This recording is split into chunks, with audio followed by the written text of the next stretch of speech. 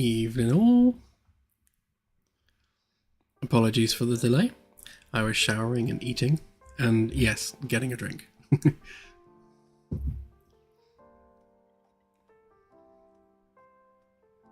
Yeah, I have considered doing VR streams, but as you correctly point out, I will be falling over everything. I've got like boxes and monitors and things piled all over the floor, so there are many trip hazards. Turn that music down a bit, it's a bit loud.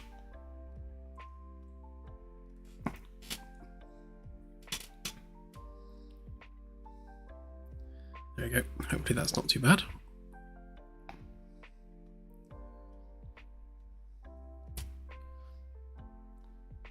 For sure, for sure.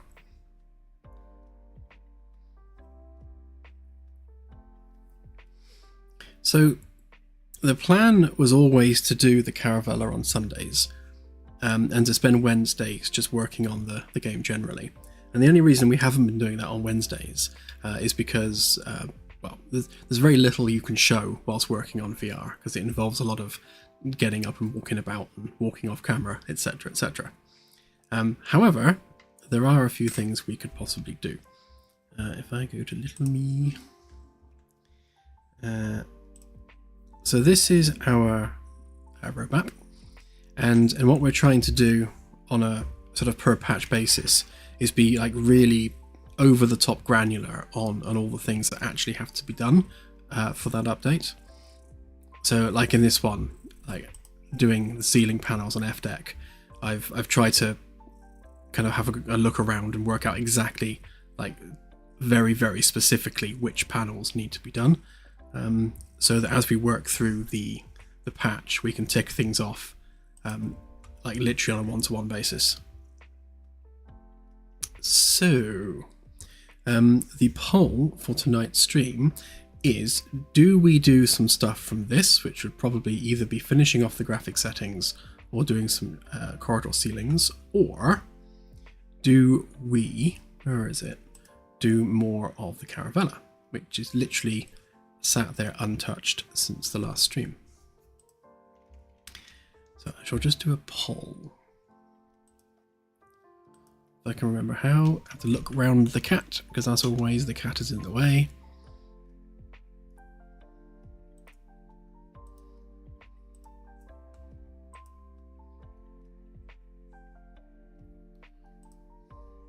Ah, poll, there we go.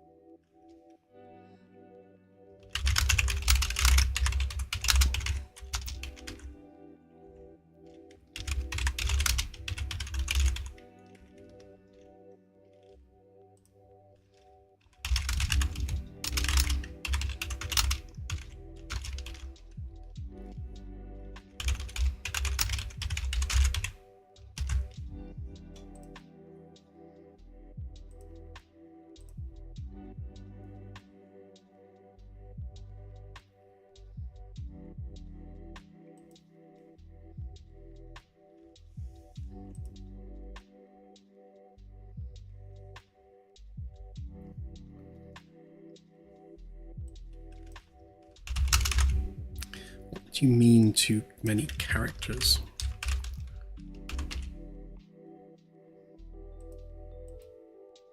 Well, they're really strict on how many characters you can put in a poll. Okay, there we go. Cast your vote. What are we working on?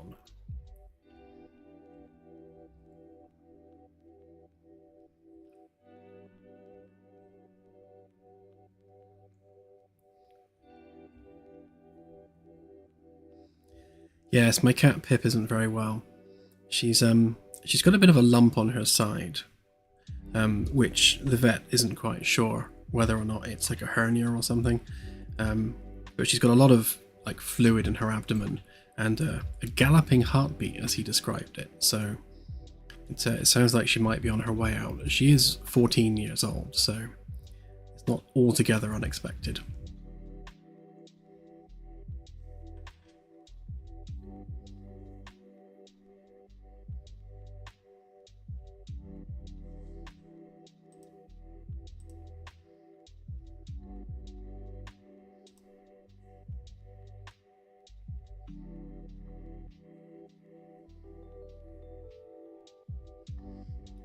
Depends on the cat, really. She was the runt of the litter, so she's very much undersized for a normal cat. Oh, thank you, Christopher.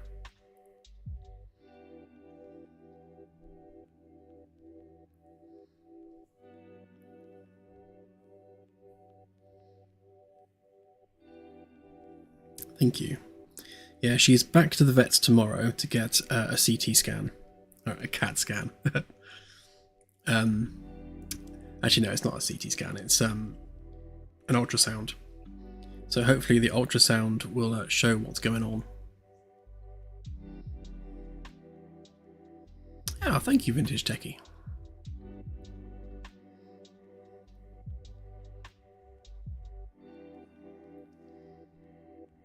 Poll is very close, so we've got 42% for corridor ceilings and 36% on the Caravella. I shall give it another minute and then we'll see.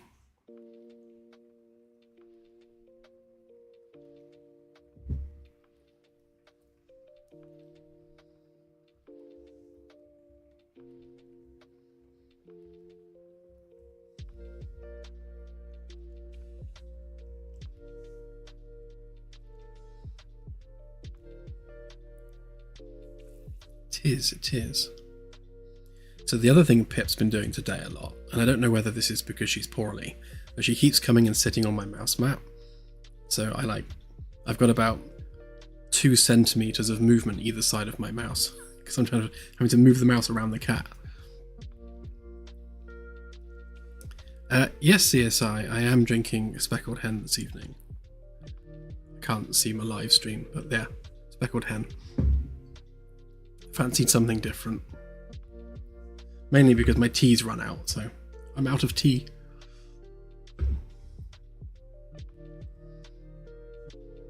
AJ, that tummy tea that you sent me is almost run out already. I'm gonna have to buy like a refill pack for it. It's really nice. Oh, the poll is 40-40.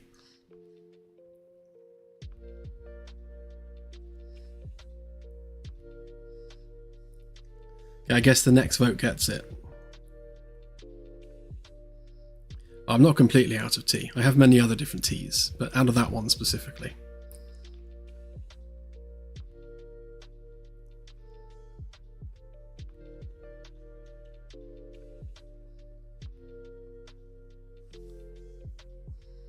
Oh. It might have to be a coin flip at this rate.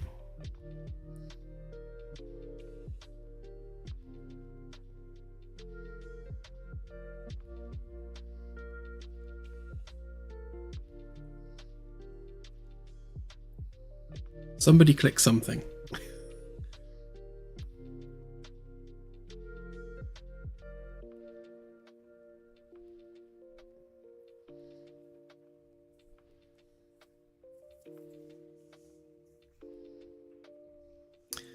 Okay. So, given that it is equal, I will do the Caravella.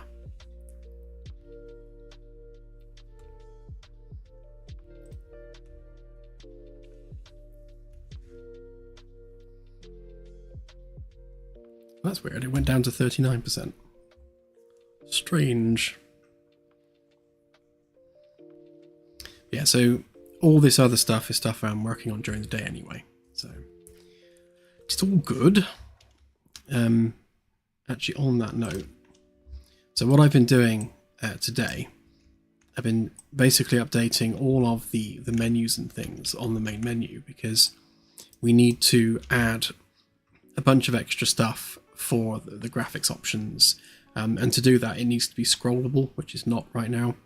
And we also don't have a clean way of handling like gamepad support. So you can't like highlight a row and then just go left and right to change the settings. So there's a few different things which need changing on here. So I'll get rid of the tabs and have little buttons instead. But if I press play, you'll see that the design of everything is a lot smoother, a lot cleaner, and a bit more in keeping with the in-game UIs. Yeah, I did that one as well. So I did a very subtle black border around this one, which I still need to do for this one. So you can see it makes quite a difference when it's a bright planet. And then we need to get the settings one all sorted out. So okay, we'll do the Caravella, because everyone enjoys working on the Caravella. But yeah, we will be doing more of that anyway every day. So where did we get to with this? I think we're kind of approaching the exciting bit where we can start slicing it up. So once we can start slicing it, then we can start adding like proper internal rooms and corridors and things.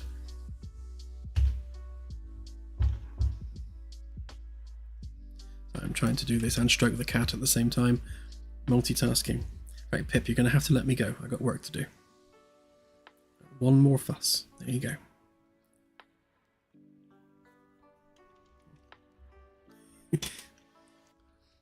She's staring at me now because I stopped stroking her.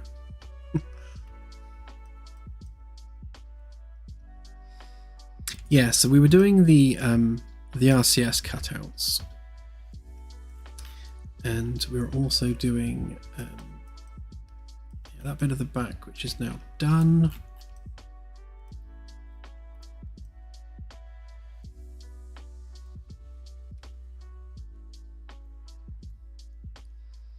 I would pick her up and wave her at the camera, but she doesn't like that.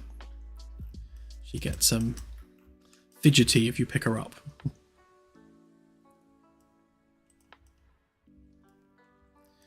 I think we got to the point where we were happy with the curve around there. So I think what we'll do is probably keep that as is at both ends.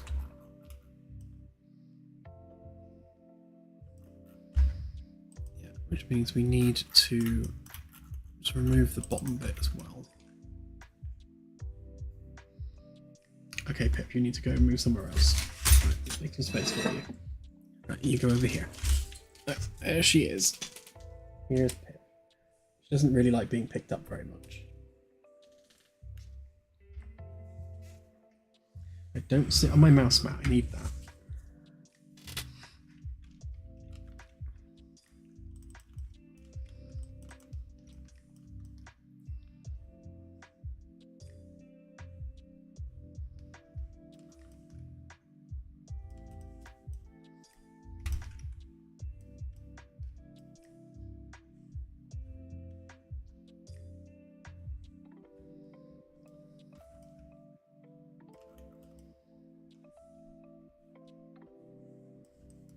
Might have to copy some of that to there.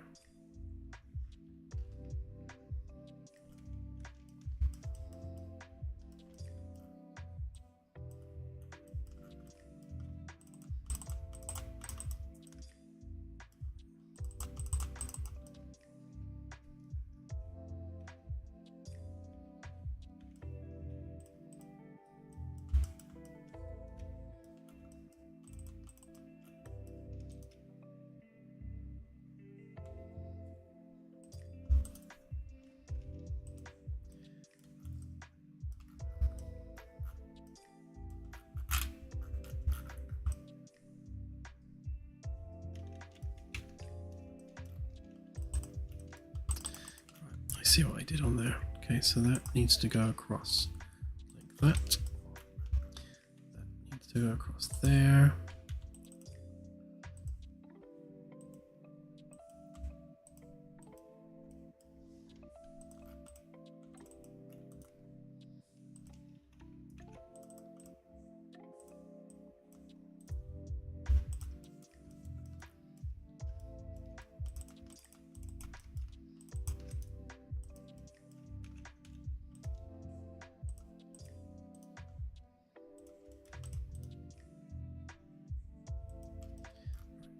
Okay.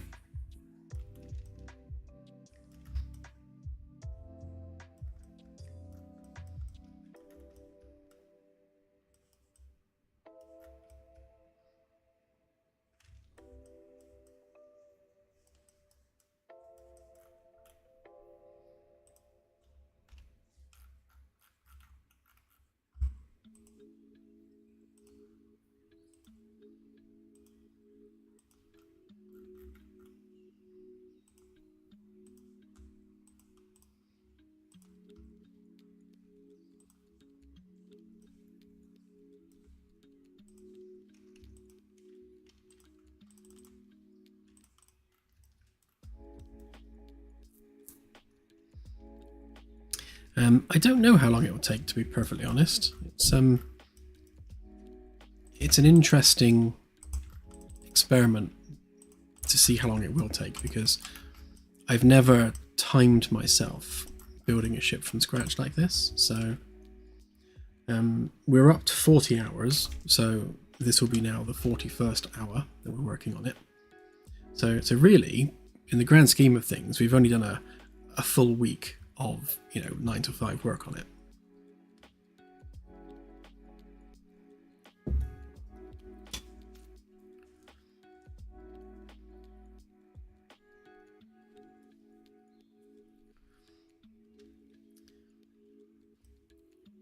What inspired me to start all of this? If you mean the project as a whole, it was born of a project I was working on for the Enterprise refit, where I started building the refit as if it were a real vessel.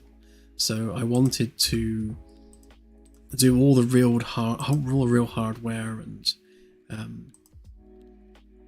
really go to town on the engineering behind the ship. So I wanted to build the Enterprise refit as though it were real. So I started off looking at the structural framework and all of that stuff. And that was basically a hobby that I had. And it kind of grew into just a love of just making starships. I went through a few projects previous to this, so I started working with the guys from Stage 9, making the Stage 9 Enterprise D exploration project. We actually got shut down by CBS because Bridge Crew had an exclusive license for Star Trek VR products specifically. And because we had VR in Stage 9, quite rightly, they had to defend their copyright, so they gave us a cease and desist, so we stopped working on that.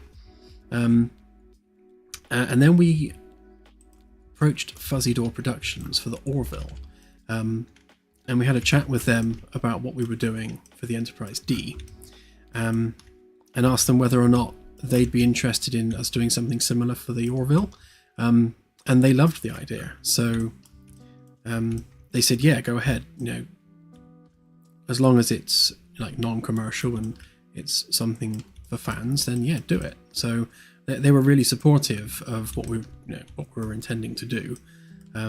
So we went ahead and built the Orville. And throughout these projects, I was kind of missing that core thing that I started off with, which was to explore the engineering behind a starship and to build them as though they were real. Whereas, working for Stage 9 and building the Orville, we were very much building a television set. It was a studio set. That wasn't scratching the same itch, so I quit working on that, started Fleet Yard, and started working on this, so that I can, throw myself into truly building starships as though they were real.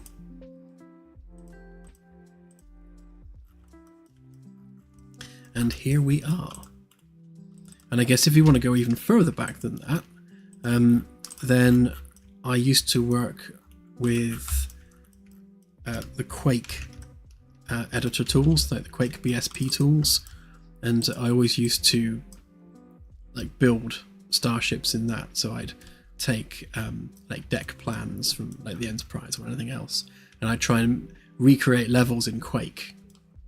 And they were never very good because Quake is quite a limited engine back in the day, and I really couldn't do the things I wanted to do with it.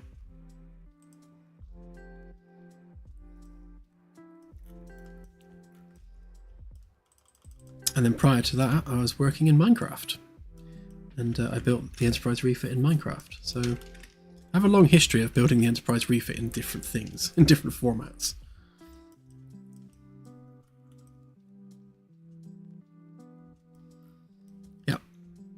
Yeah, I've been a space nerd for a very, very long time.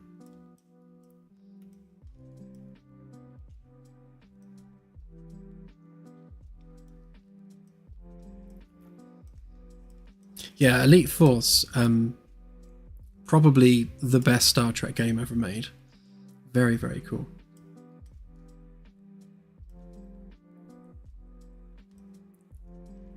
Yeah, we've had quite a lot of people say that it looks like Thunderbird 2, and it does, with that kind of rounded front and that same shade of green. It does kind of have a Thunderbird 2 feel to it, which I'm not altogether unhappy with. I quite like that.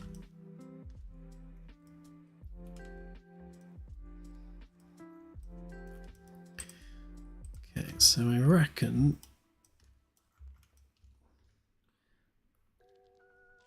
we're alright with that.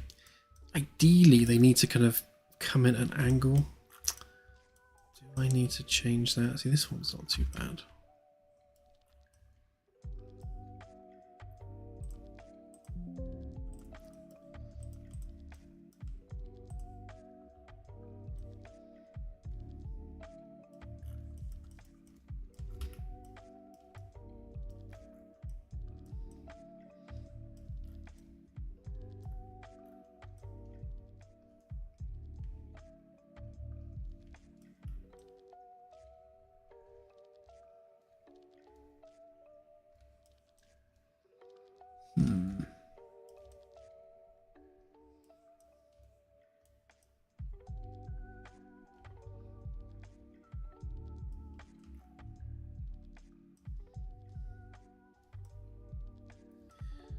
I'll leave this as is for now, but I think when we actually start modelling the RCS, I'm going to have that come in more perpendicular to the rest of the hull, because it looks a bit weird like that.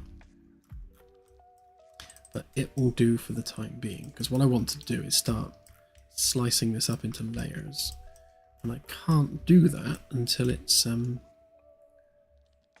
subdivided. So right, so let's get rid of that. And then we'll copy this over.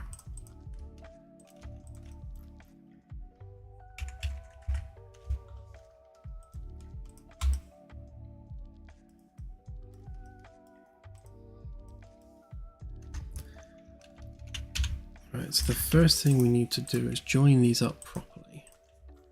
So there's a bunch of geometry there which needs kind of sanitizing. I think we're all right everywhere else.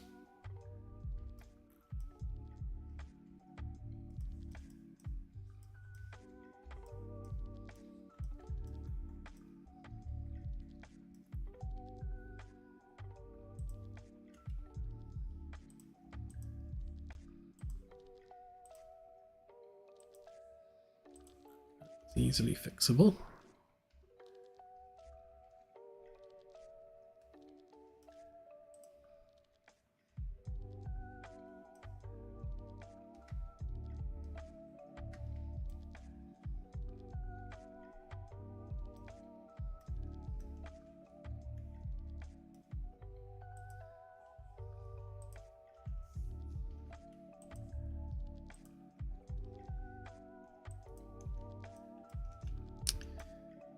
probably a cleaner way of doing this.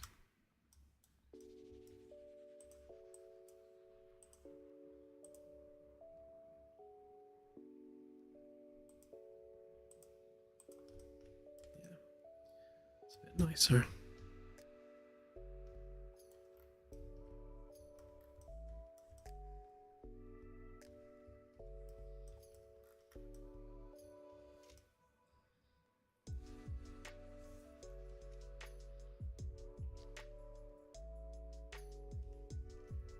Yep, plenty of progress, great.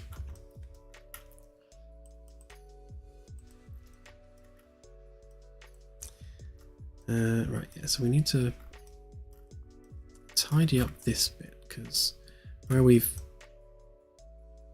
cobbled that curve together, it's it has gone a bit weird.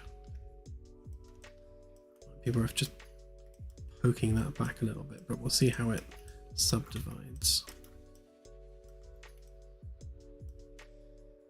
And I could do that.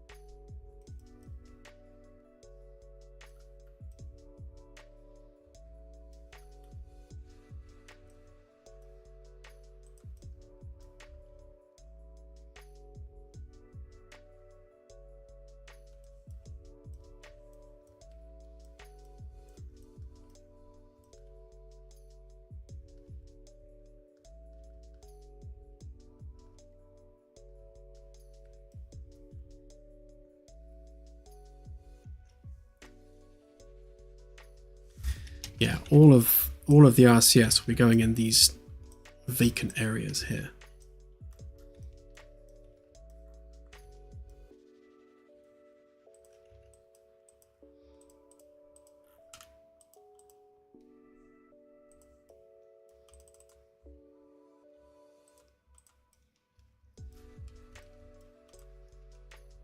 Let's just see how that actually looks a minute.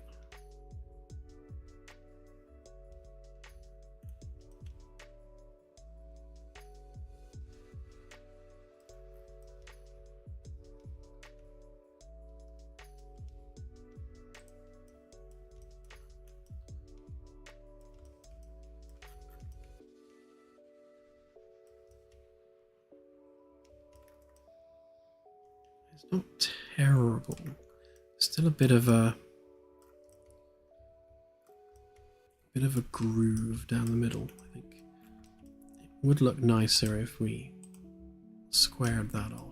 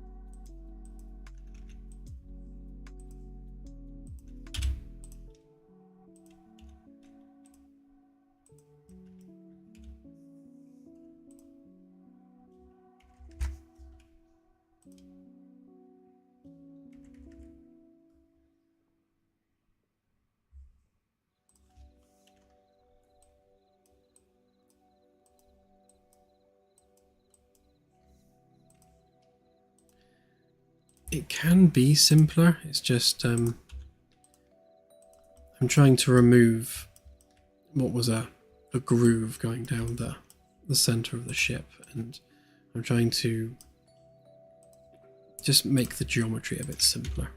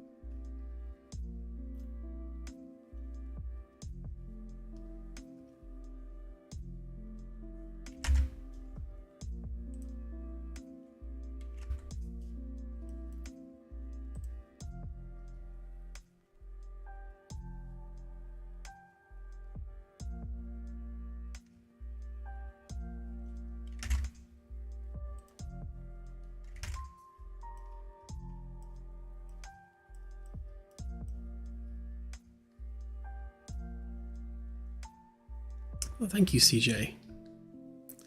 Very much appreciated.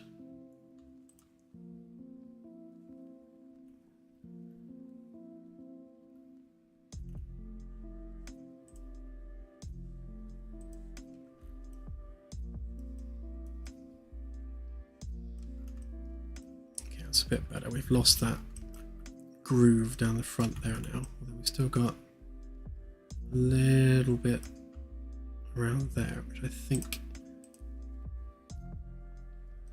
is these triangles. See if we can smooth them off a bit.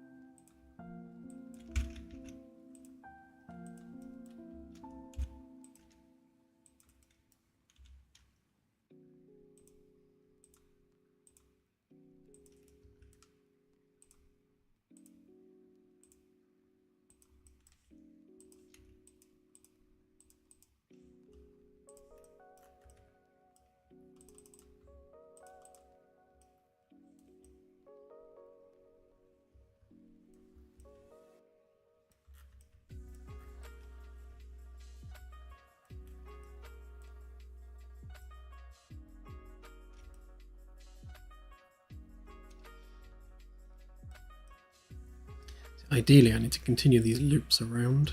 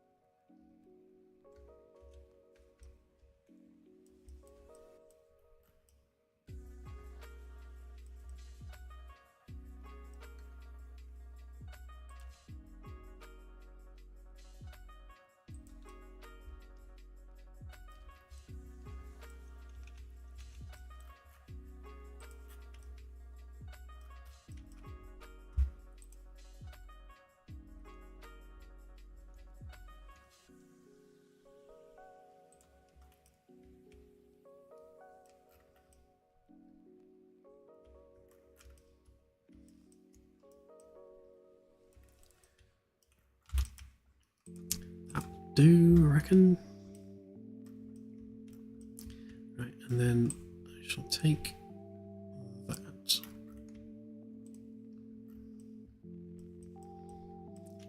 Use that a bit down below.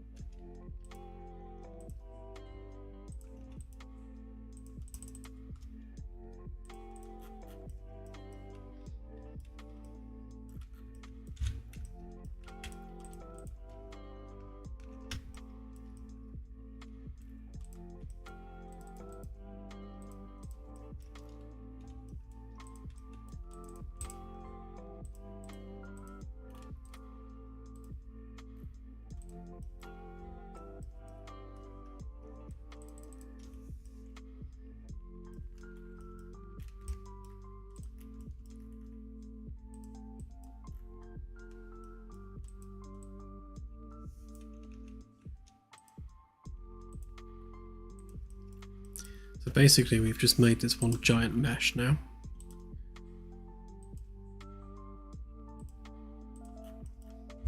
So there are going to be a few minor issues to fix.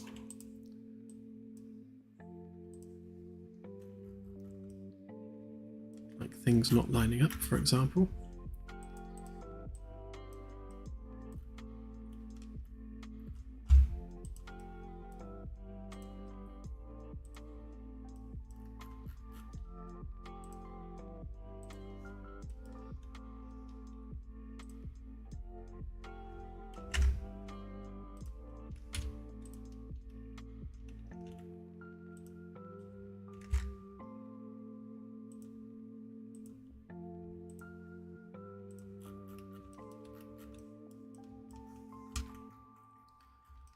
Yeah, same problem here.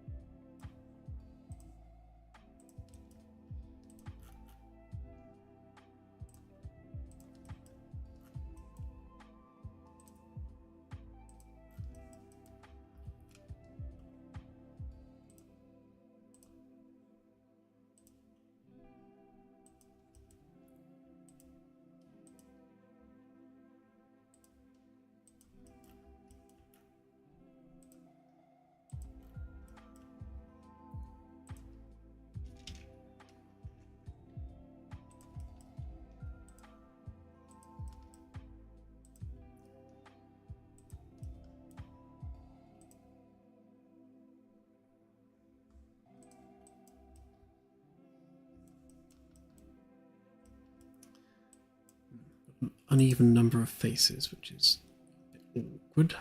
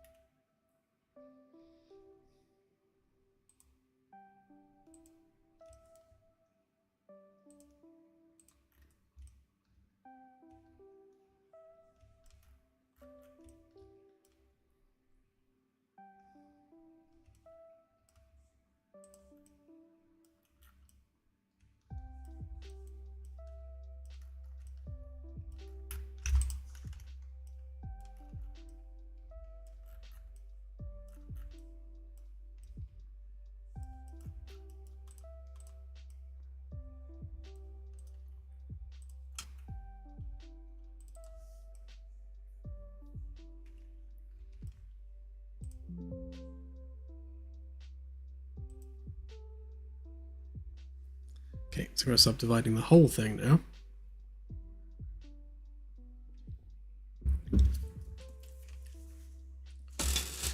Which it seems to have done.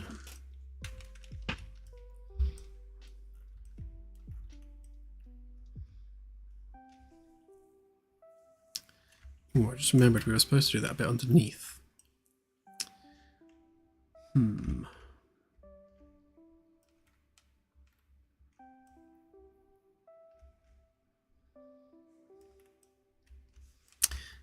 get on and do that bit.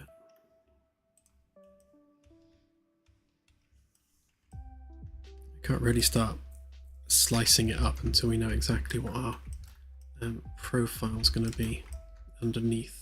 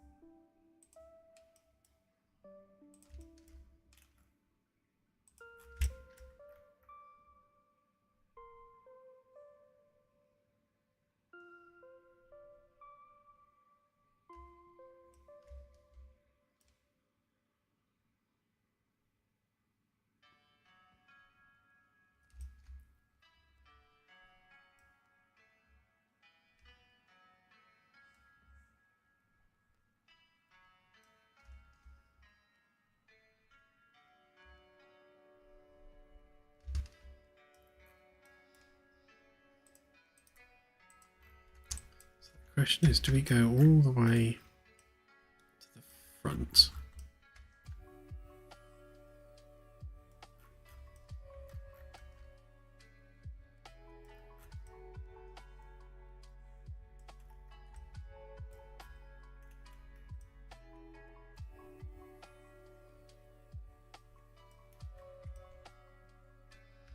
Which we could certainly do.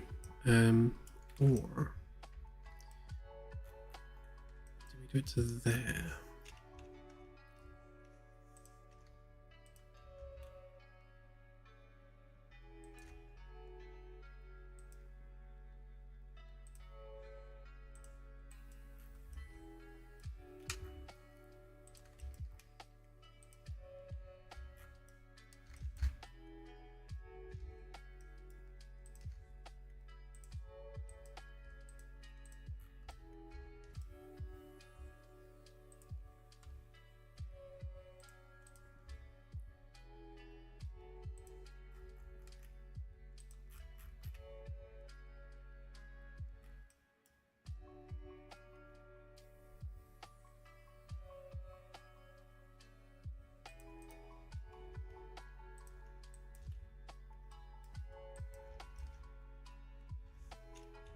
So that would continue that curve all the way to the front then. I don't know whether that's going to be too much.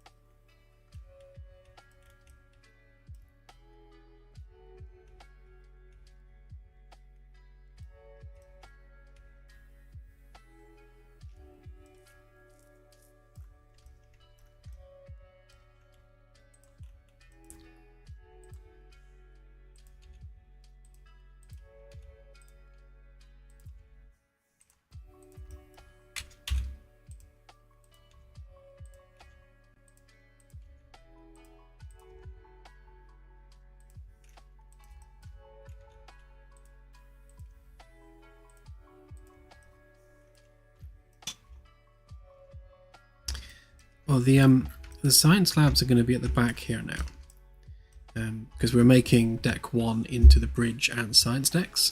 So kind of like the day job deck is the deck 1, and then this is going to be the hydroponics underneath, which is good because we do need more room for the hydroponics. So more room to squeeze that in is never a bad thing.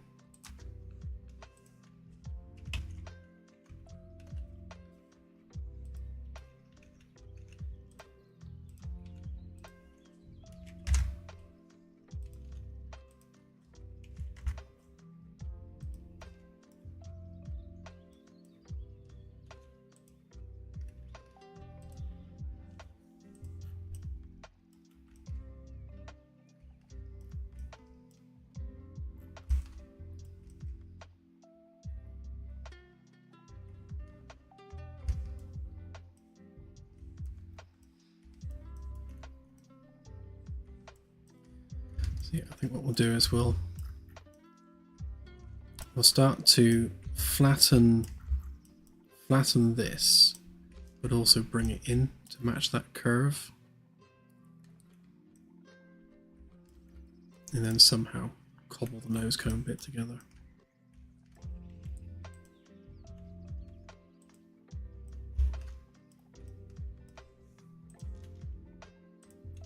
Actually, if we take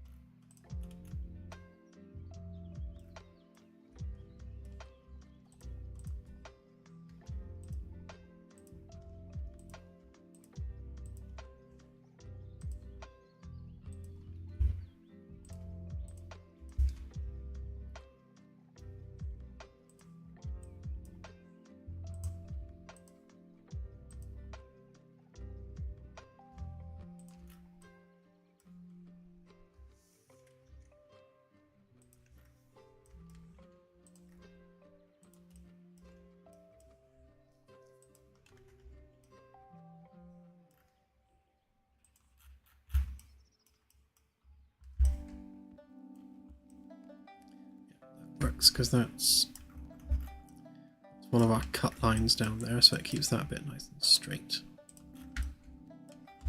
And then we start bringing it in from there, which means we don't need that bit at all.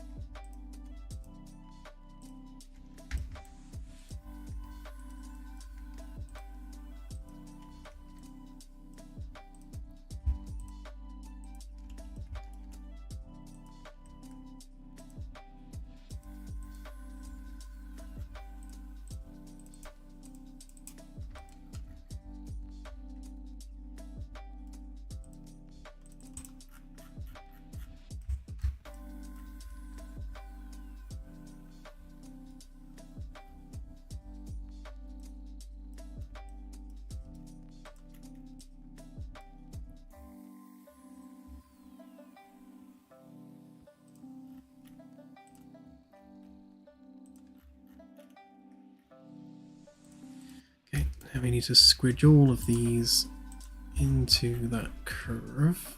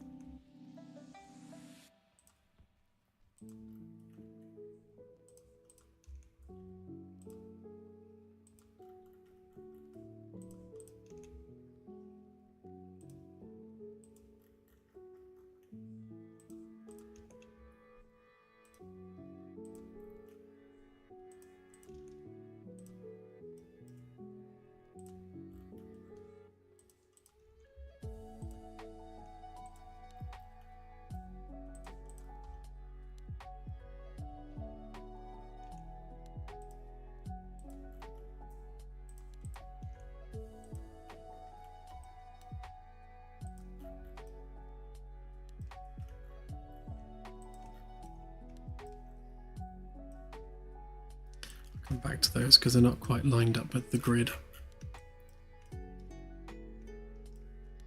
Have a good one, Frosters.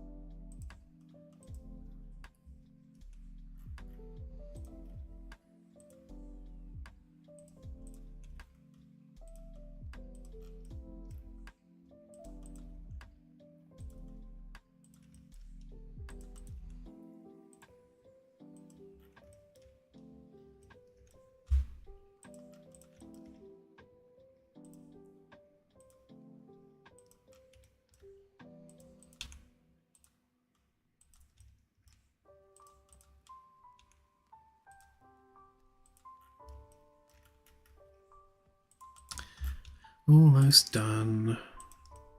Just getting these guys lined up precisely with this curve.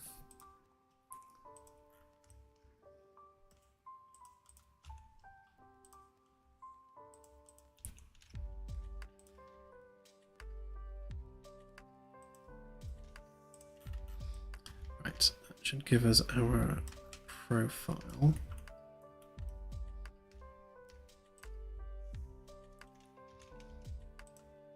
It's just a case of getting these lined up here. Although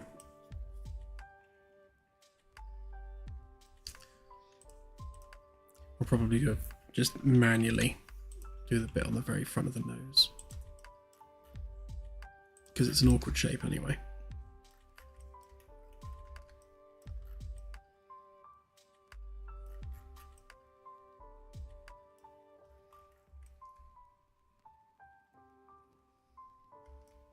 Did I? Oh, I did. Yeah, you're right, I did. Well spotted.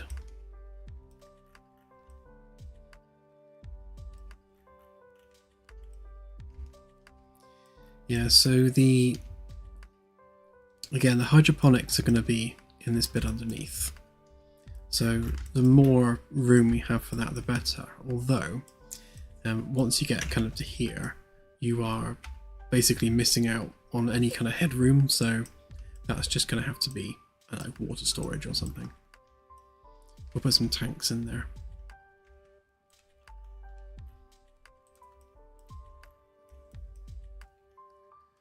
Right, so if we remove those bits.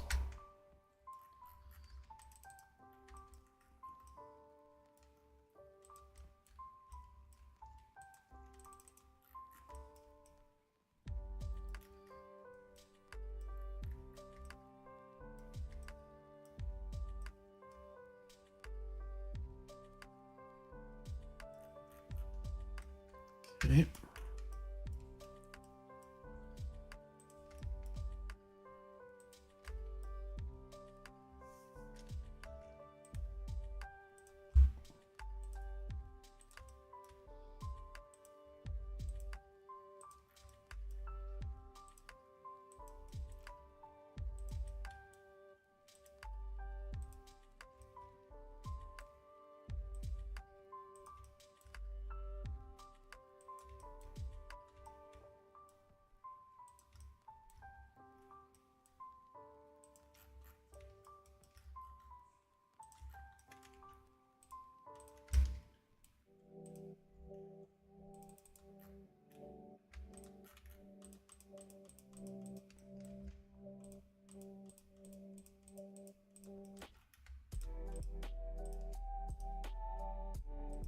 Stick these in their own group so that I can work on it without destroying the rest of the geometry. I kind of want to get rid of not all of that, obviously.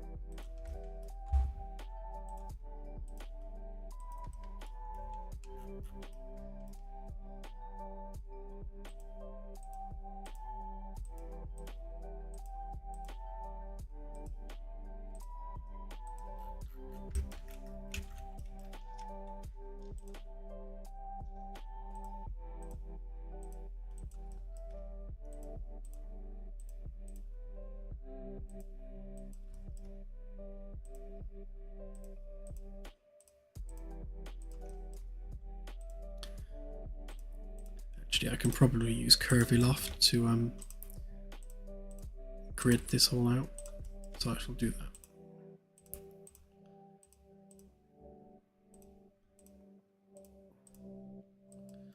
suspect it will want this bit doing first.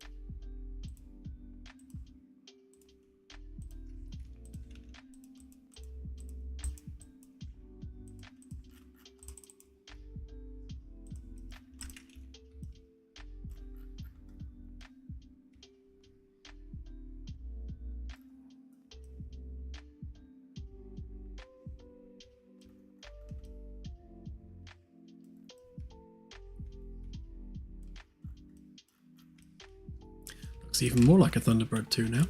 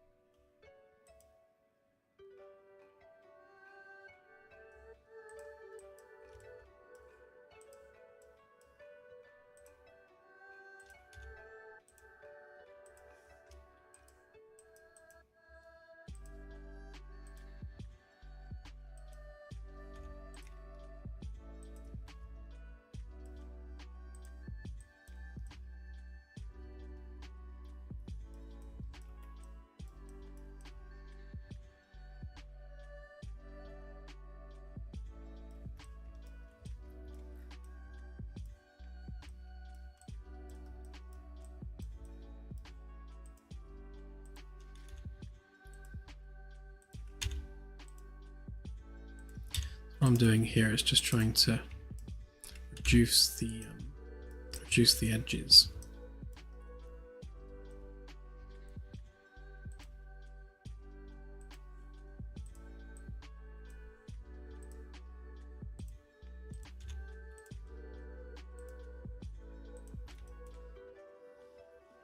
So we've gone from 5 down to 3 and now down to the 1. And then we can turn that into a quad.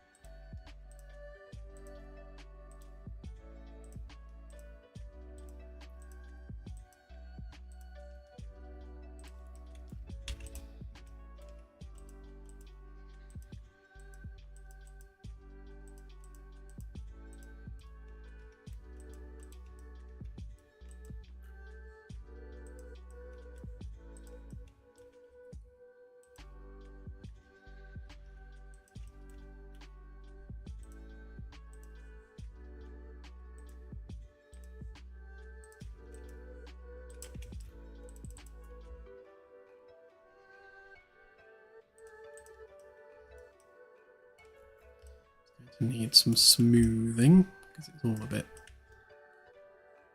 weird.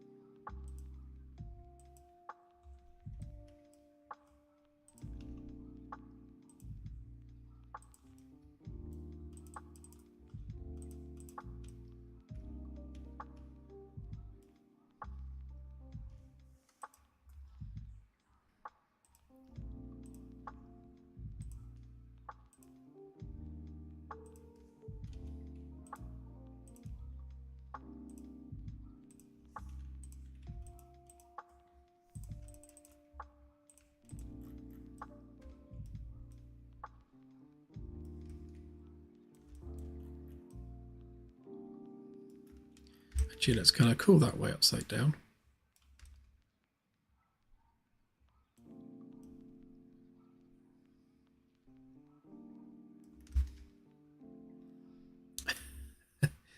Yeah, same with me, Max. It's like I'm just gonna keep tweaking. I can never stop. Like that face there. The triangulation needs to run the other way.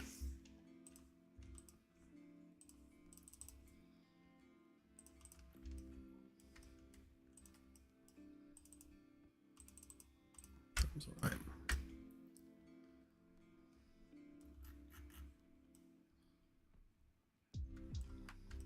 Yeah, I think in a future ship we need to do one with a dome on top like that, because that actually looks quite cool.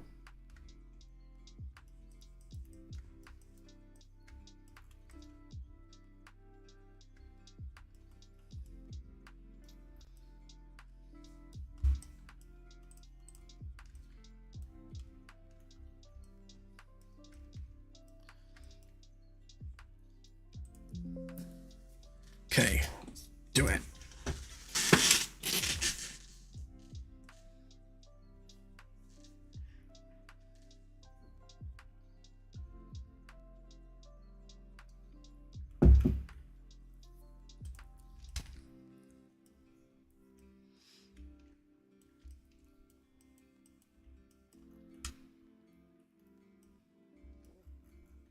Oop, problem there.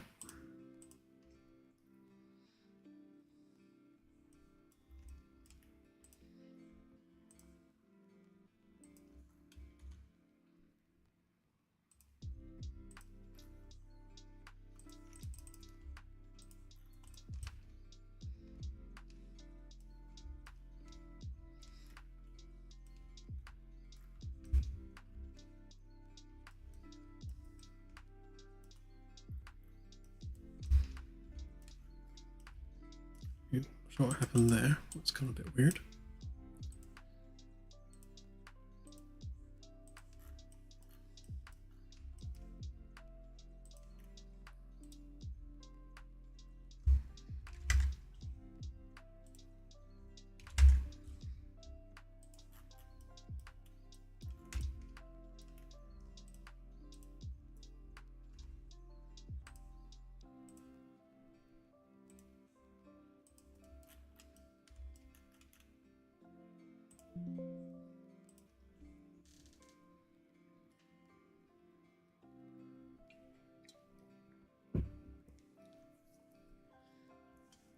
I couldn't do it.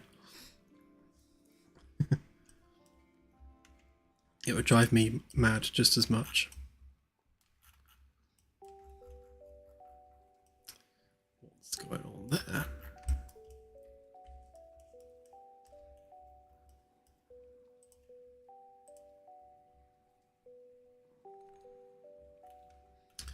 Oh, I see.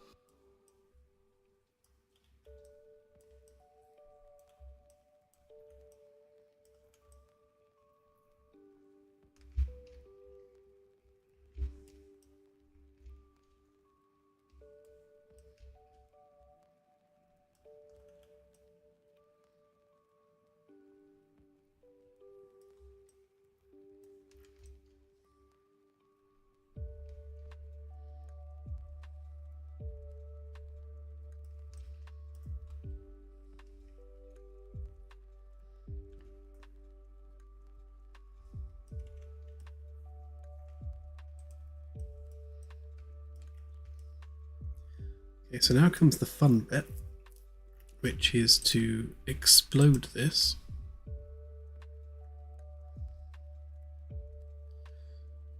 Which will create an obscene amount of geometry.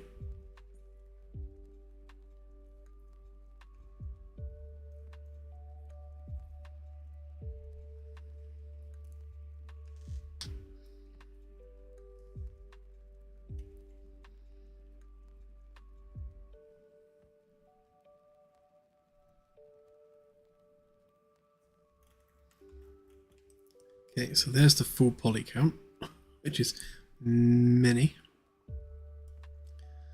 Okay, and then we'll regroup that up.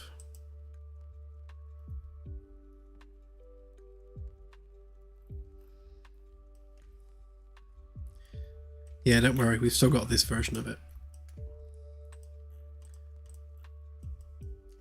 So this one is a separate mesh.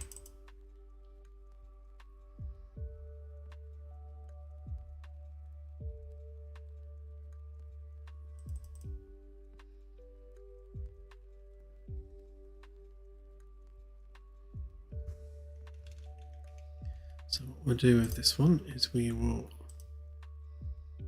soften it all up like so, and then give it default material.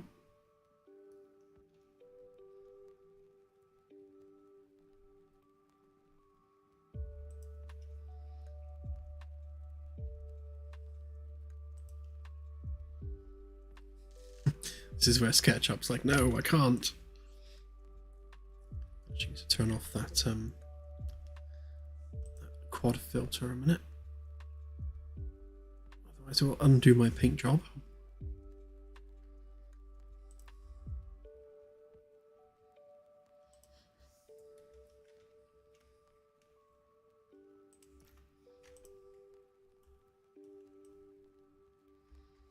Okay. Right, so these ones are preserved, and they're still the low poly version of the mesh. So we can go ahead and hide those.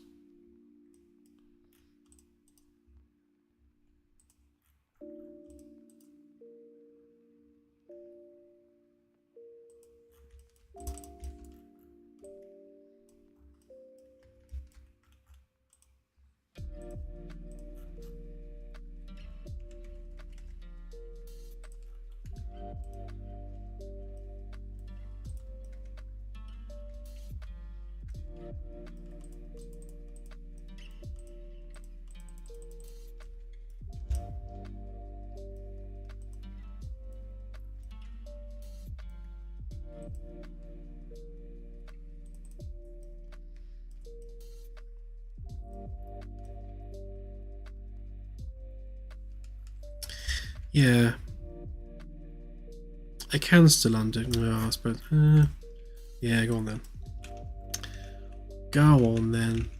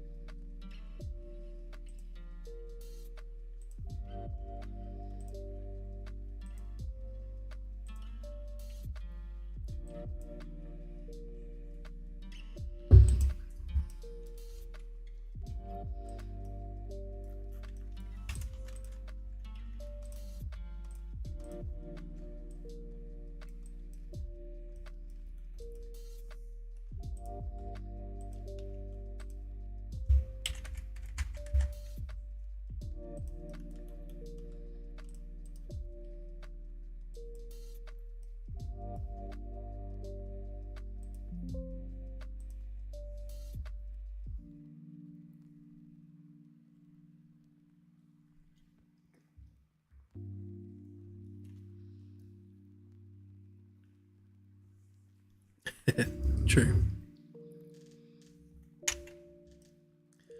I don't think I'm going to need it, but yeah, you're right. You never know. If I ever need to adjust anything in the future, it'll be good to have a copy of it.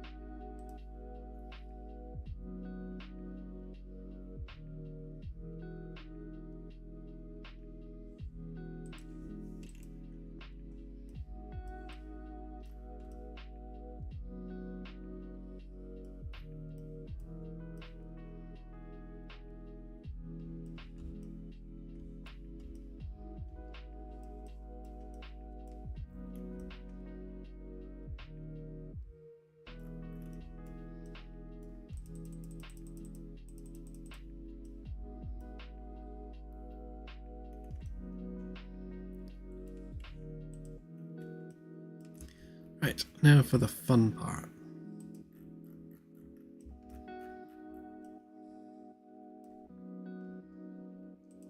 Ah, thanks ODST, I'm glad.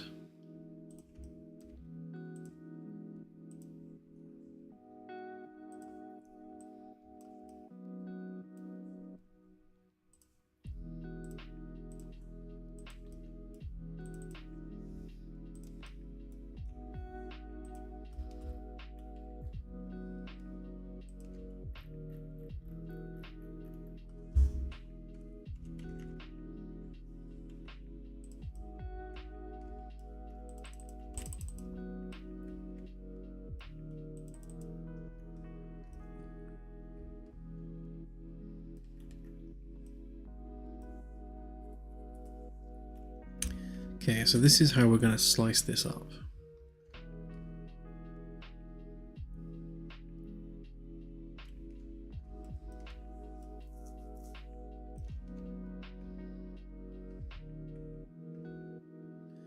Obviously the deck 1 bit is separate, so it'll be slightly offset from these. The question is, where are we going to do the cut?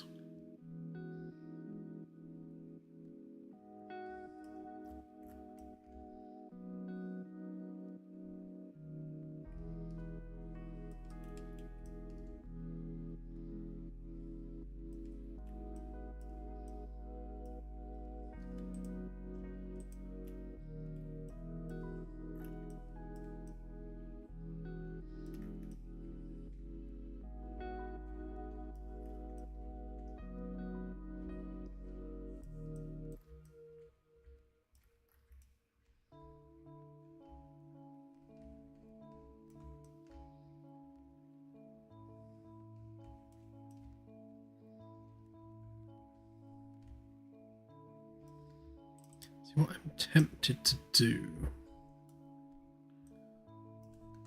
So bigger blocks in the middle, which means that one would move to there.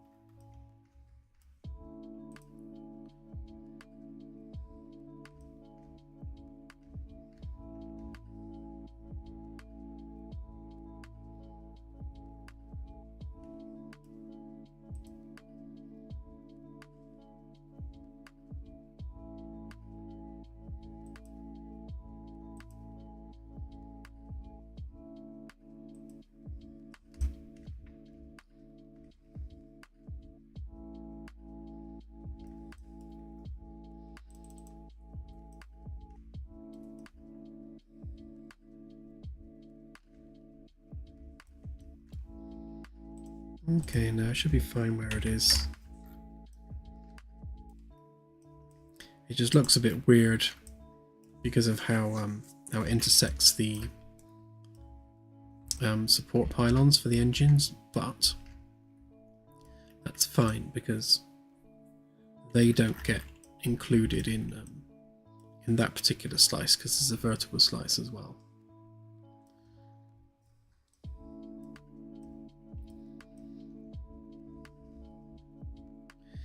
Yeah, you're right, Oninoni, because it means that basically there's a hole in the middle there, so that's the intersection between two blocks.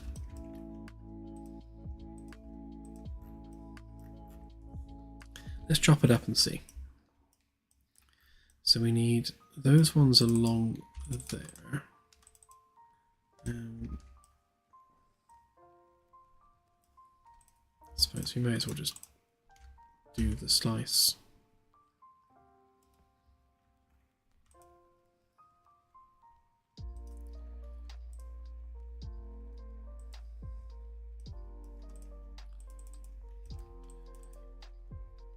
Oh. I thought that was too quick and easy.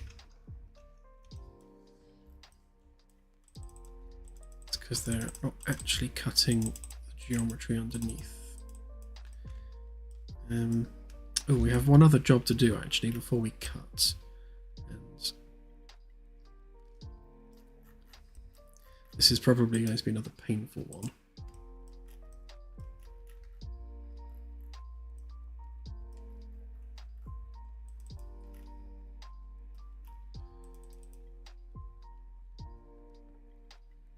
So just making sure that we have everything fully smoothed.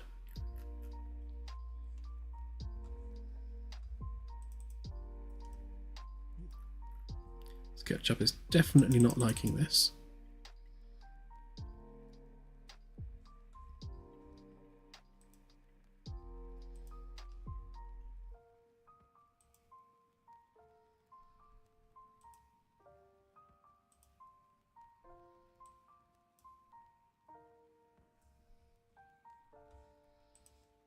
Okay.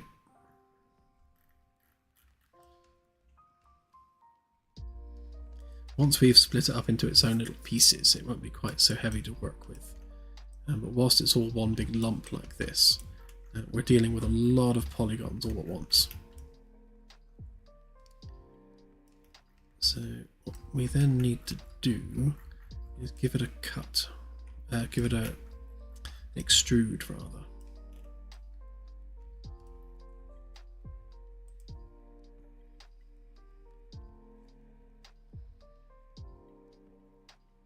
This is probably going to be hilariously corrupted, but we'll give it a try.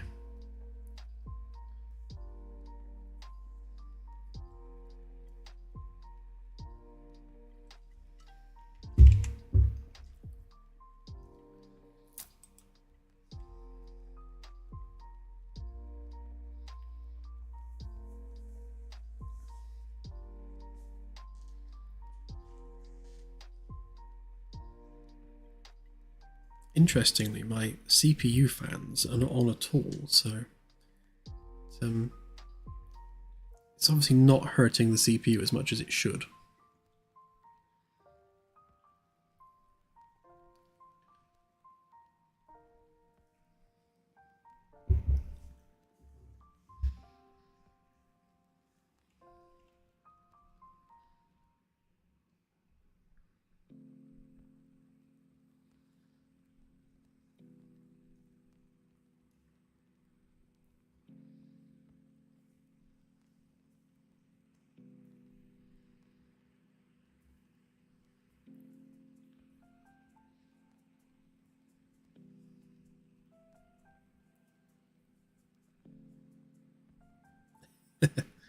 Exactly, Max.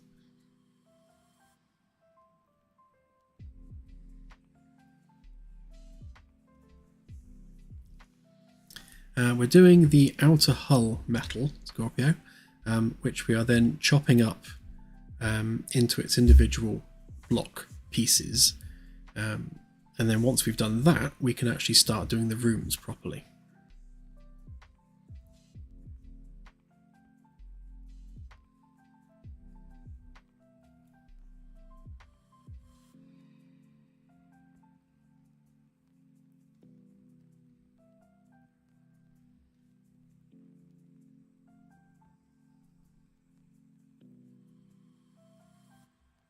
Oh, looks like it might have done it.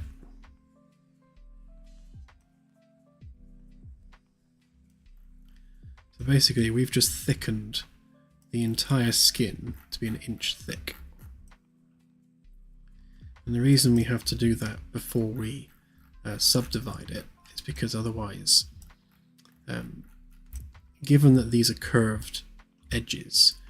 If we were to try to extrude those, then obviously the extrusion is going to follow the angle of the curve, which means we won't have perfectly vertical slices. It's a small thing, but it's an important thing. So now that we've done that, I shall save it before we do the next bit.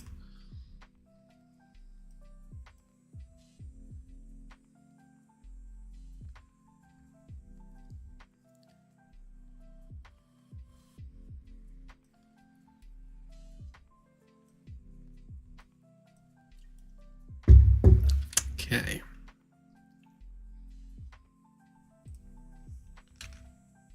So we'll take those slicing sections. We shall paste them in here. And then explode them. So I won't try doing all of them at once.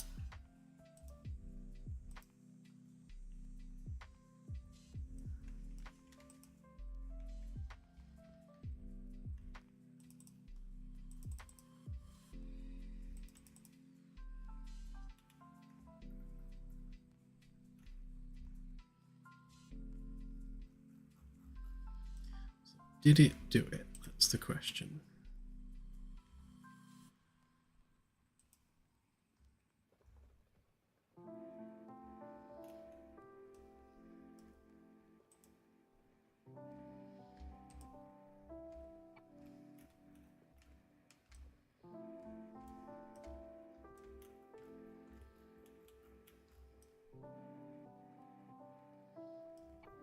It didn't create the vertical face, but it's not the end of the world.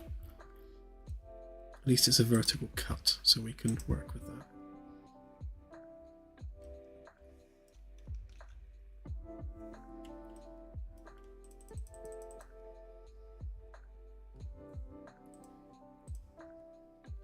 Okay, piece number 1.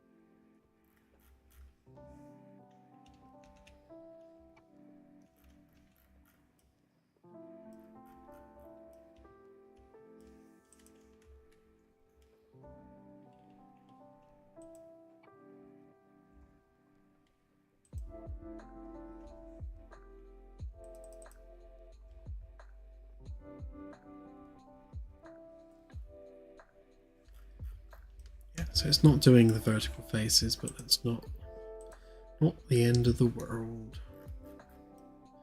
Okay, piece number 2.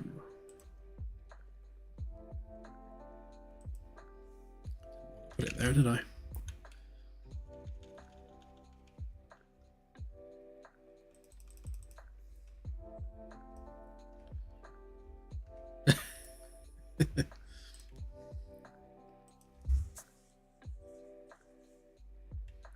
I feel the same way as you, Nagmus.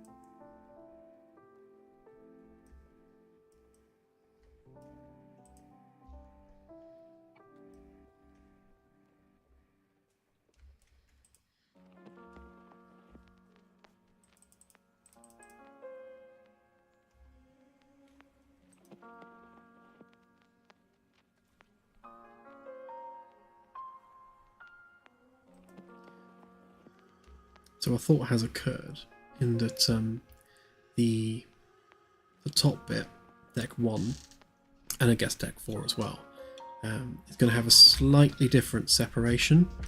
So I'll have to slice it that way and kind of copy this bit out. Sorry, we'll worry about that afterwards.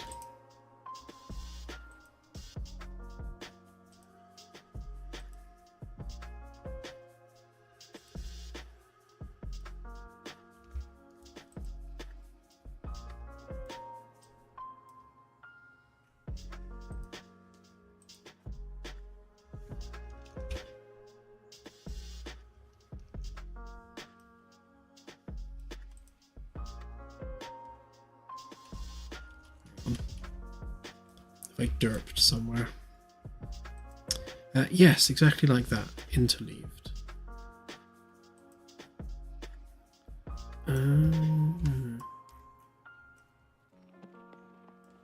Right, so the cut didn't go all the way through.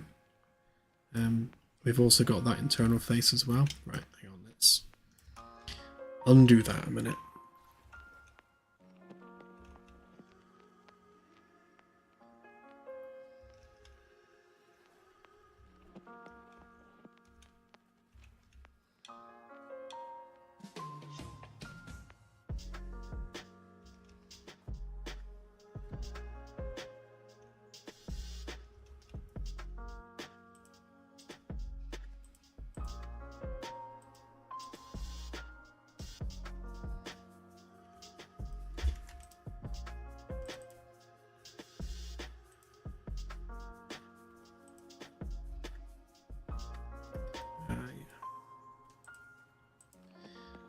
I see what's happened.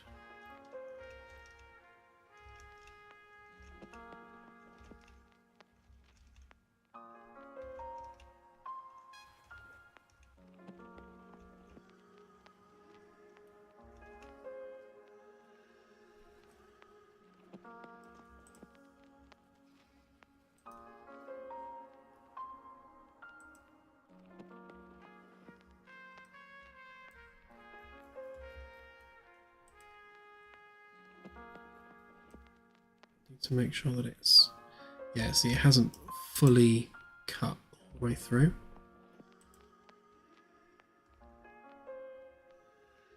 So somewhere there is a gap.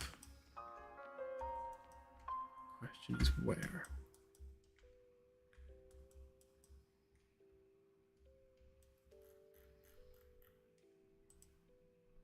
So the outside bit's all right. It's just the inside bit.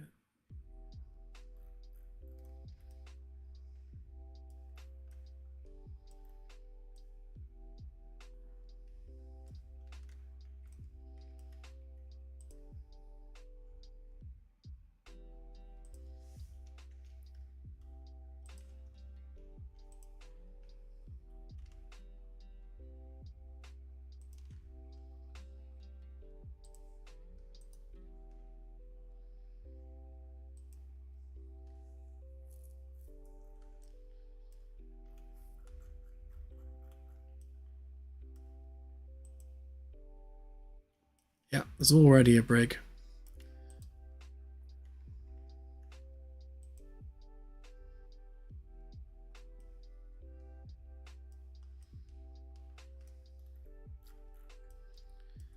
I think what I'm going to have to do with this is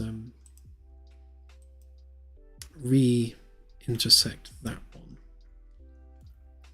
And then cut out both of those bits together.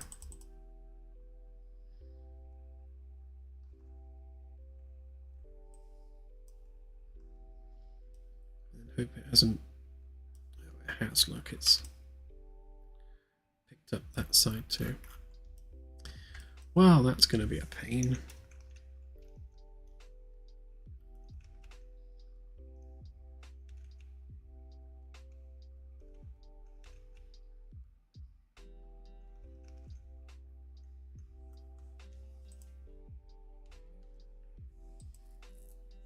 See if I can do a bit of the back of the ship and and see whether I can just reduce the amount of polygons we're working with.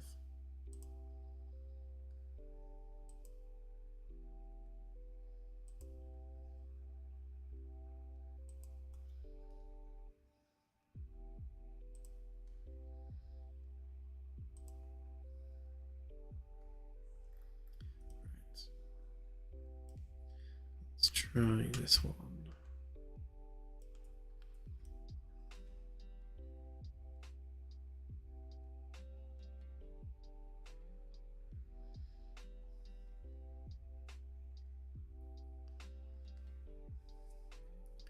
See, ideally, you don't really want to be intersecting that bit because that's going to be a bit of a nightmare.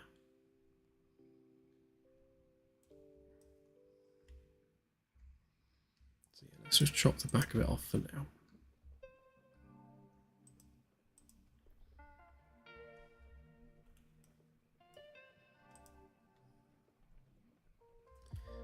This one looks all right.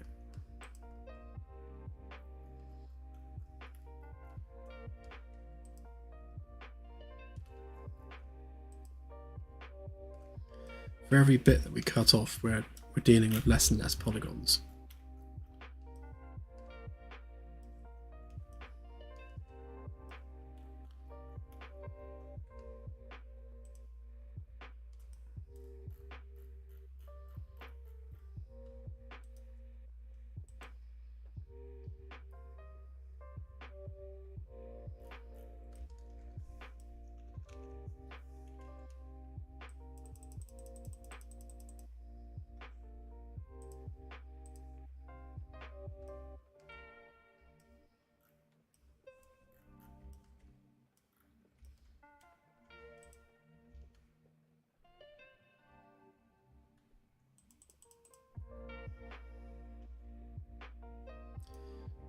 Try this again, now we've got less polygons on the overall shape.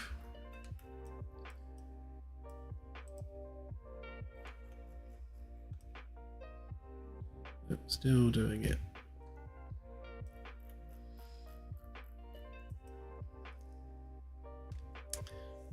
Okay. What if we do this side?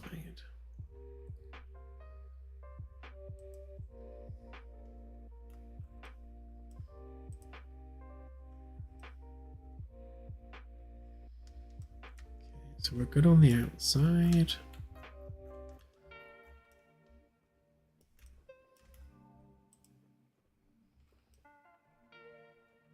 Oh.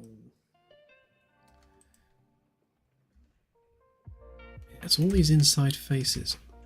Ooh, this one might be an easy fix.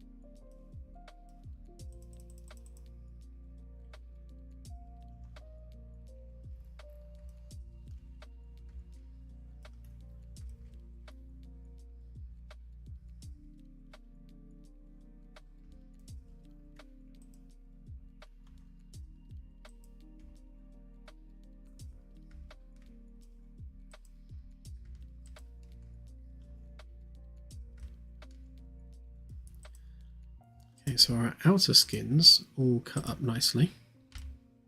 The inner skins did not, so we need to find out where, like there for example, where they are not cleanly going through.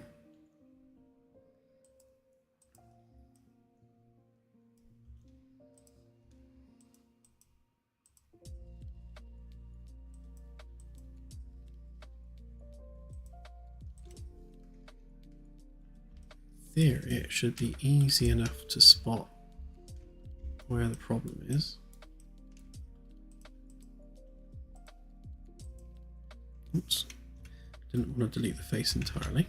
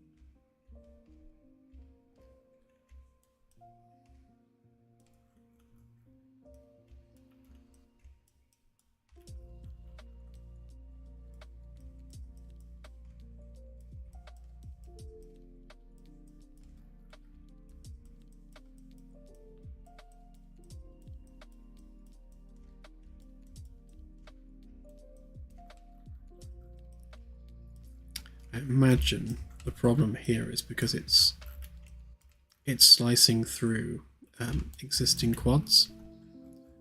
Oh yeah, then you've got issues like this where the edges are particularly tight up against one another.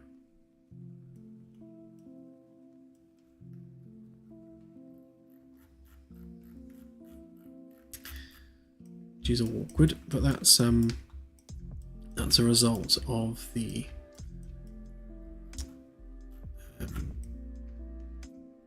extrusion that we did, which does make me wonder actually.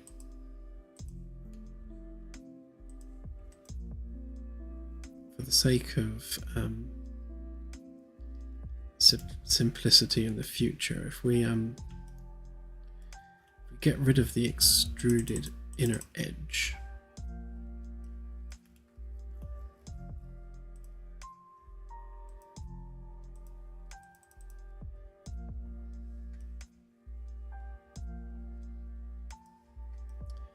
which clearly is easier said than done.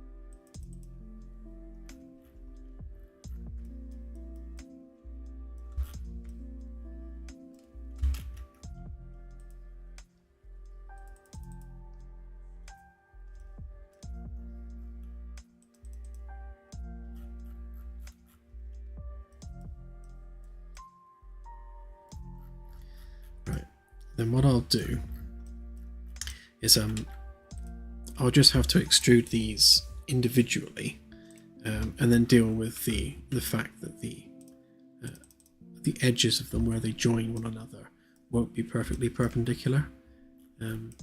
But that's a less annoying problem to solve than having to try and work out why they didn't slice.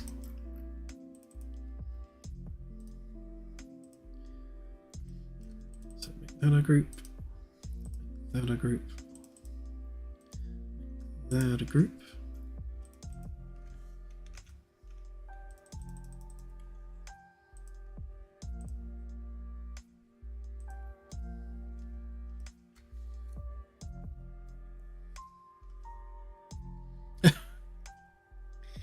Thanks, Nagmus, appreciate it.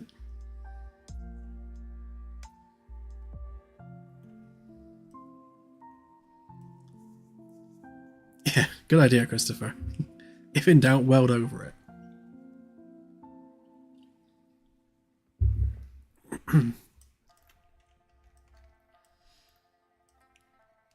Right, so I'm going to leave that bit for a minute because I don't want to have to deal with cutting through that. So let's do our vertical cuts. Bring those guys back.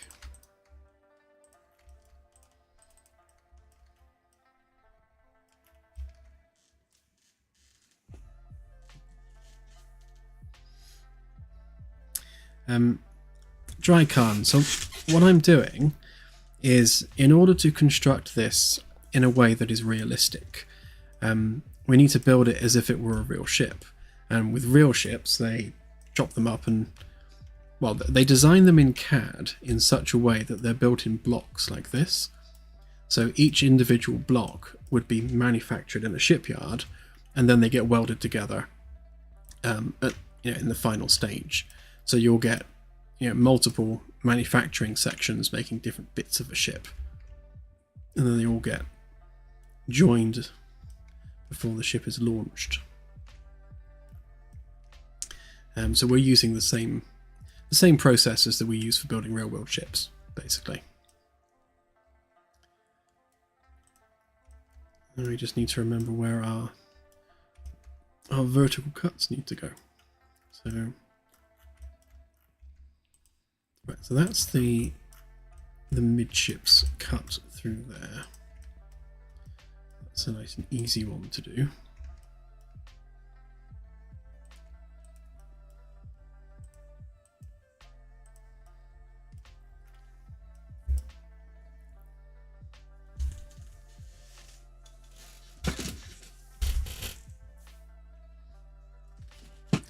Yeah, that's basically what we're doing. It's, yes, we're making sci-fi starships, but that doesn't mean they have to be like completely fake. They can still be, somewhat realistic, at least in the way that they're built.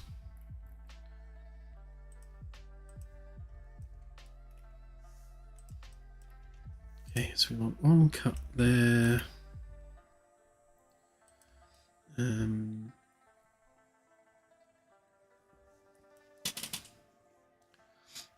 Actually, that's a point, because the nose cone is going to be essentially one big room, so I think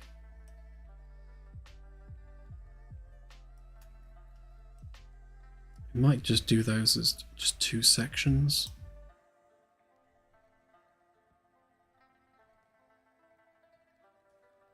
Yeah, well, we'll just do this one cut for now.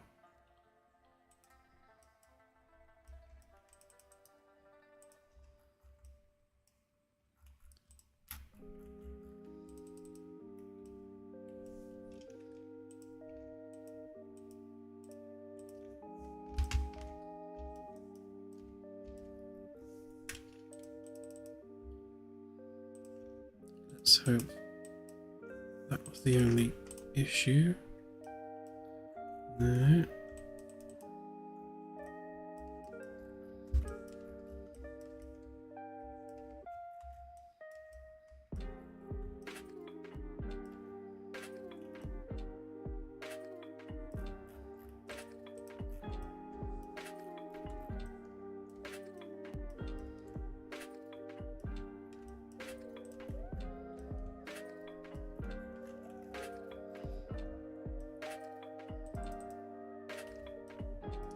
Alright, fine. I think we're just going to have to extrude these individually because they're not cutting nicely. In fact, I shall get rid of the internal faces on that already.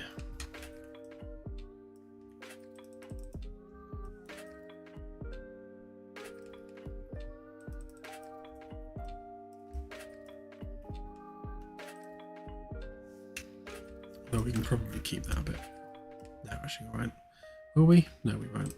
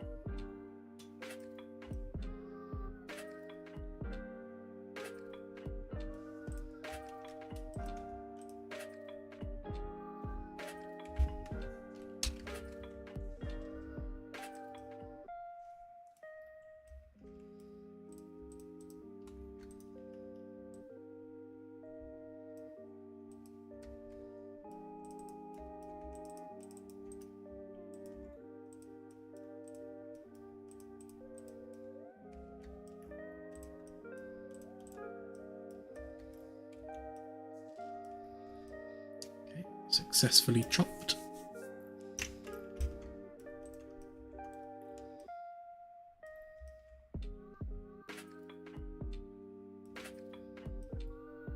Yeah, so once we've done this one, we'll have to take this bit and move it to that bit.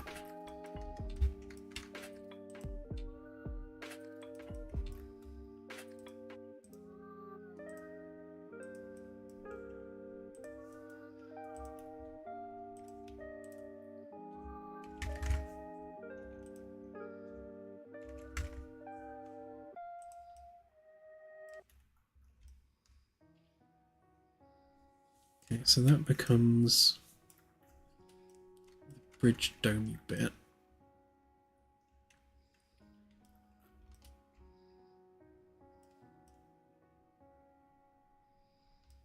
So the interesting thing with this is, like, do we create like an actual attachment point for this, or do we just have it flat all the way across? Because this is essentially the floor of the bridge. So, as with real ships, the top of the deck below is the floor of the deck above, just to make life confusing.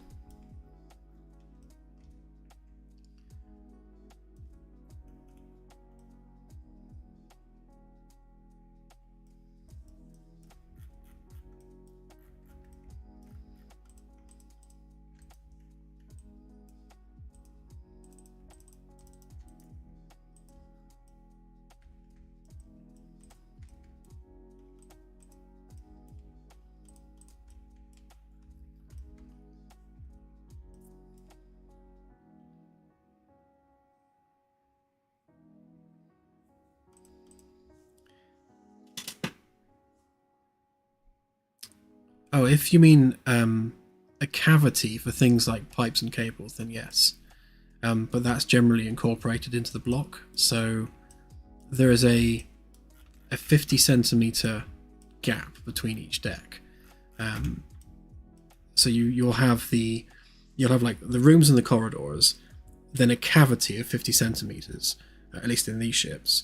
Then you've got like a sheet metal flat top to them, and it's that flat top that they then weld the deck above onto, and that then becomes the floor of the deck above.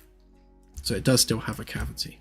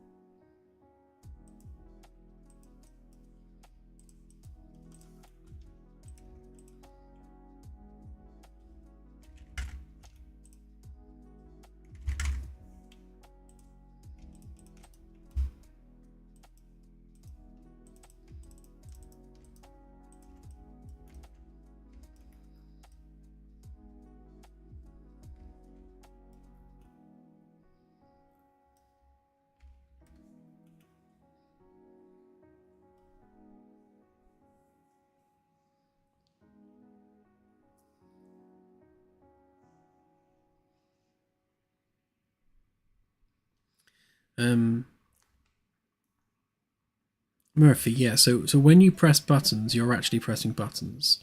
So right now they are 2D UIs. So you've got like a touchscreen UI. So if you hold down E, it gives you a little mouse pointer, and then you can actually press the UI, and you're actually physically interacting with that UI. The chessboard has a physical button, which when you click, you're physically clicking the button. So I don't know whether that's what you meant, but yeah.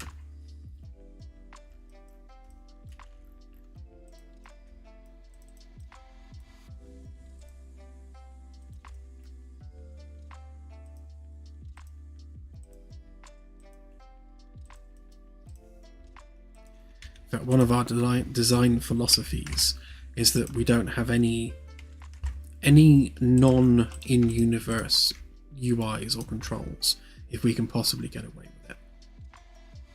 So every control surface is part of the world. Like the map is part of the world.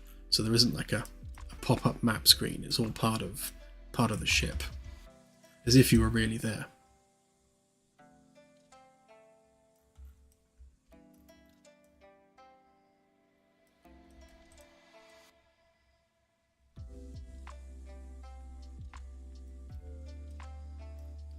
Okay, so for this bit,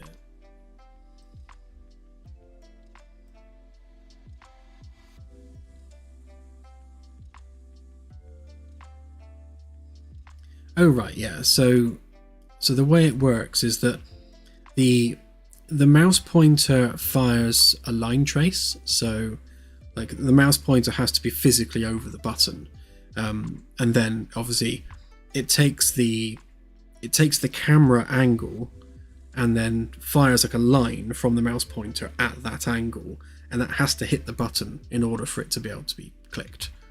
So it doesn't have a hitbox, it's just the button.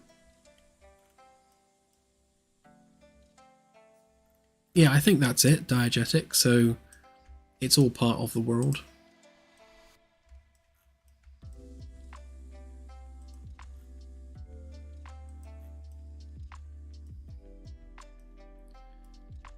Let's just draw this square down here a minute.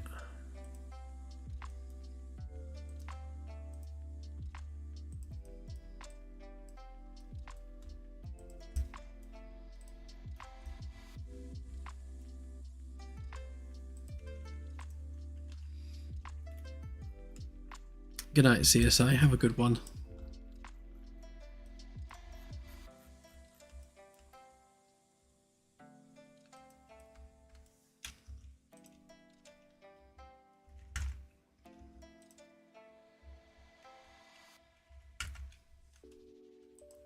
I suppose I didn't really need to draw that one down there.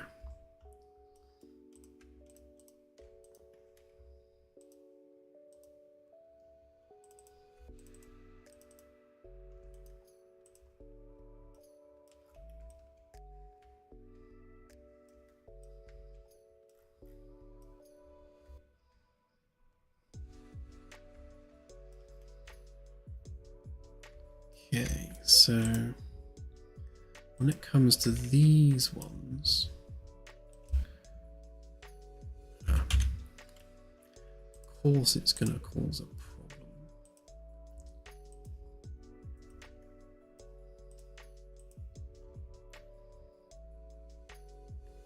I think that's probably right.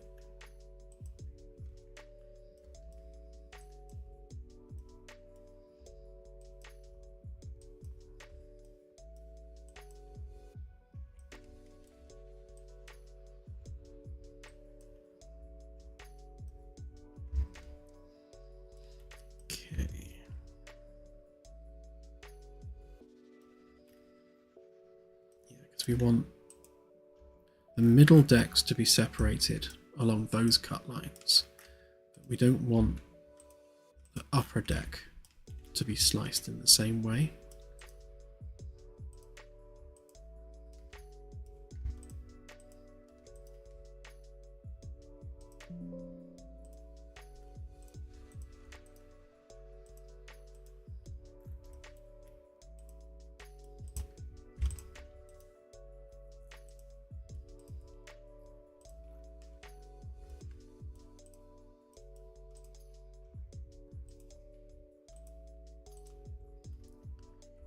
That's weird.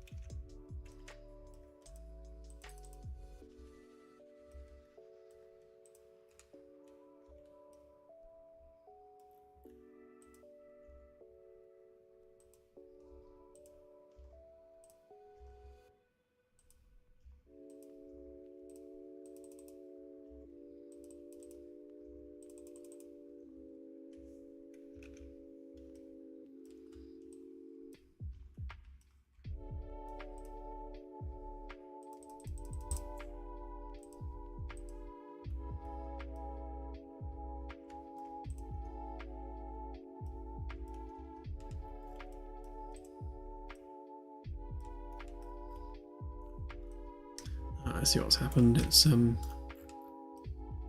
tried softening that edge.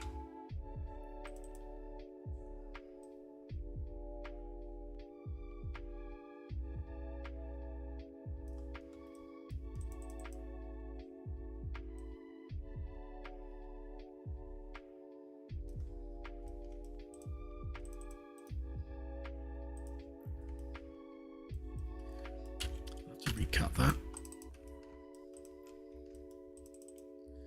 Same with this one.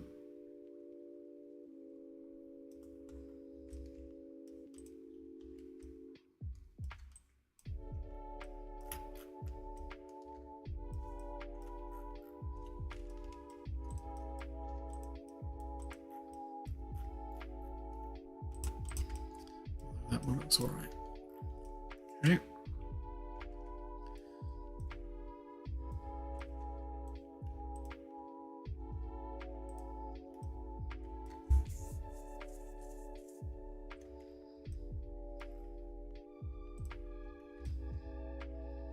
I'm going to keep those ones for a minute, but I think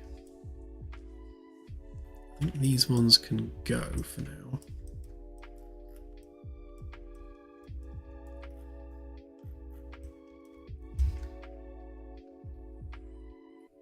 Because the new bracing sections will start to incorporate the entire width of the ship.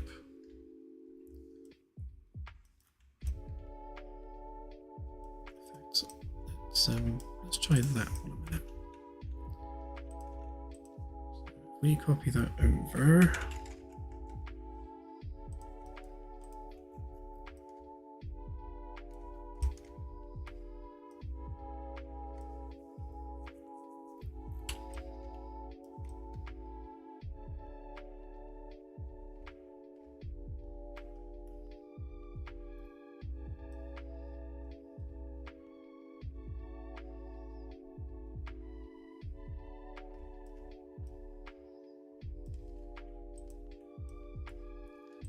Should be the same level as that. Oh yeah, 25 centimeters, which is half of the cavity.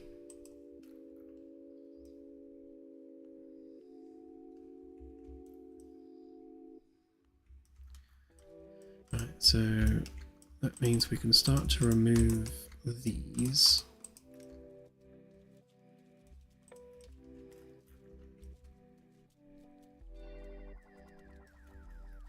Obviously we're prepping for adding the actual framework in there.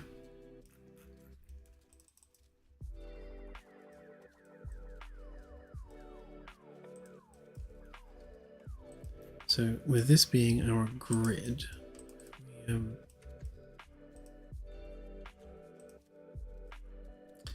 won't make it part of that group because I don't want to mess with that geometry, although we do have a copy of it, so I will mess with it. Group is not component, is it? Okay, it's free to be messed with.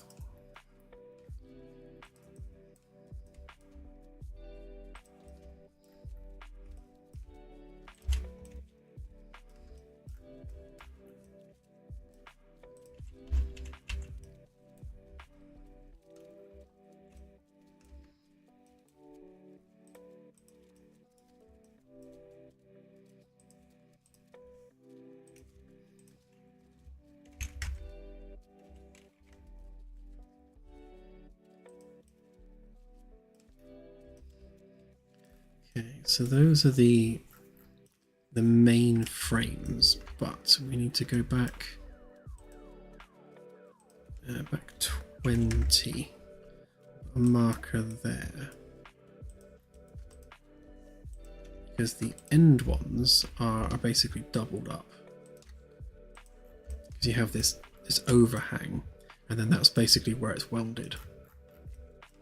So then we have the same this side. So where two frames join, you've always got like a double girder.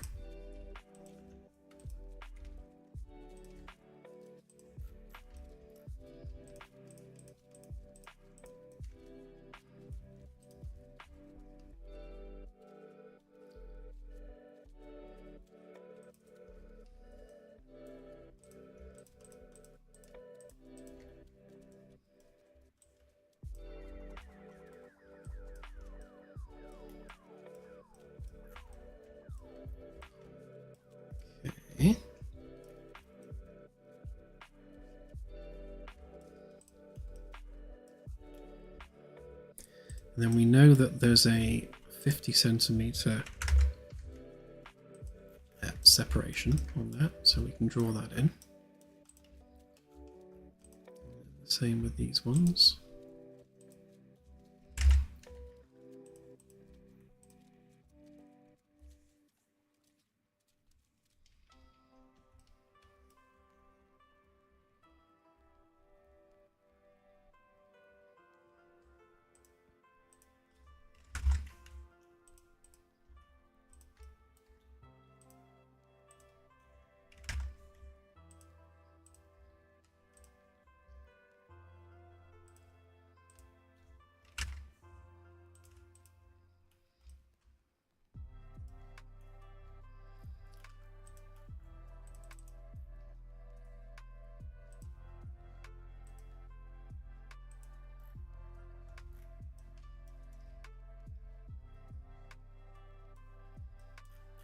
That one messed up, clearly.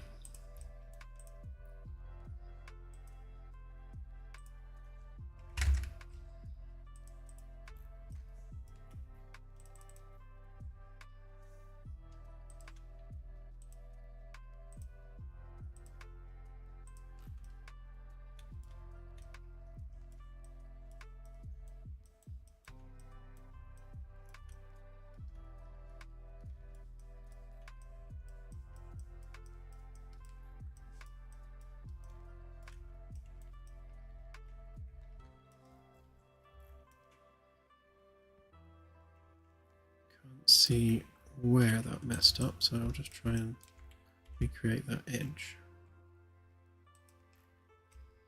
Okay, so that bit's all right. Probably somewhere like this.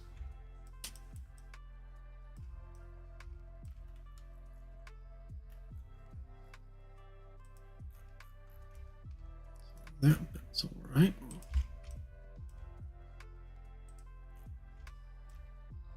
Okay, we're narrowing it down.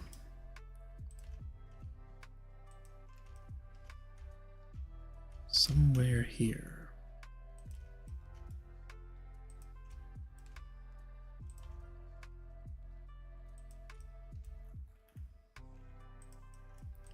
Okay, what's wrong with that edge?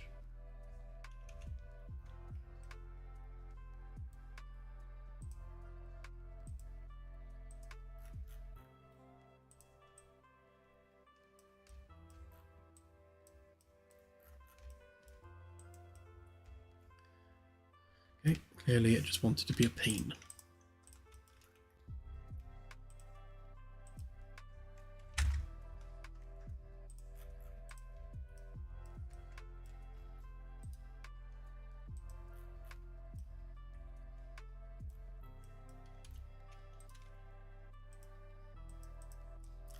So if we make that a component a minute, and then we move this over here, you can see how the framework starts to take shape.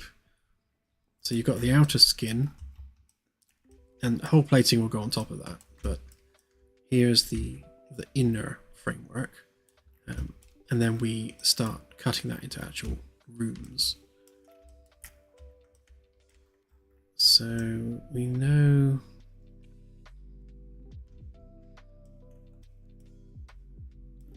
actually let's on deck 2 as well. This is a slightly awkward one because we've got the stairwell there.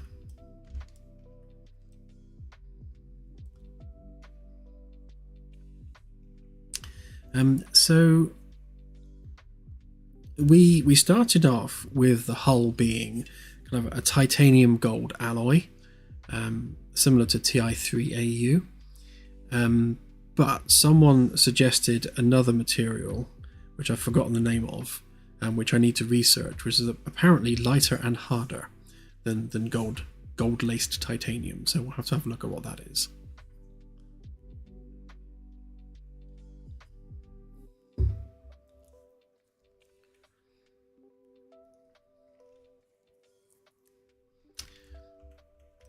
No, they don't, Christopher. So from the outer to the inner is 50. And then obviously the internal cavity is lessened by the thickness of the skin. So the thickness of the skin goes inward, not outward, when I extrude it. Oh, that was it. Yeah, CR Coney. Thank you, AJ.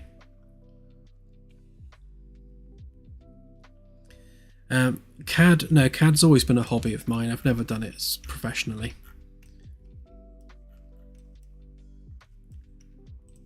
It's just something I enjoy, that's all.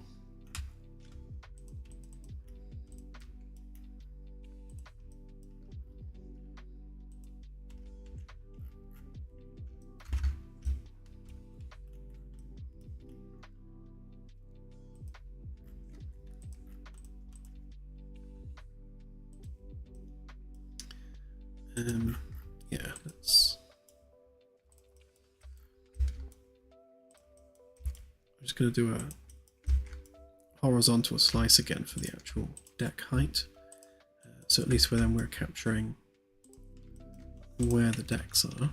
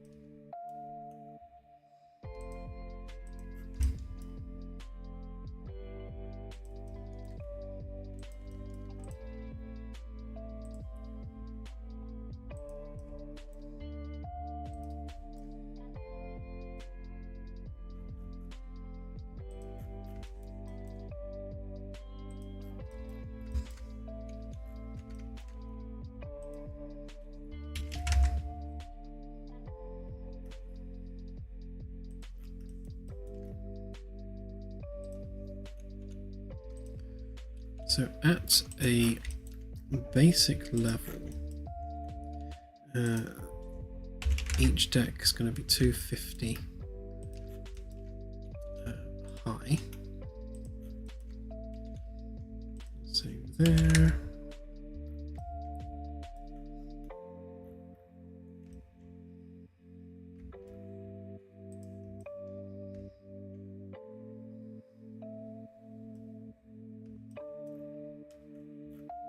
Adjust the measurements on that one actually. Of course, yeah, because this one's not a full deck. So that would be why. This ship has 4 decks.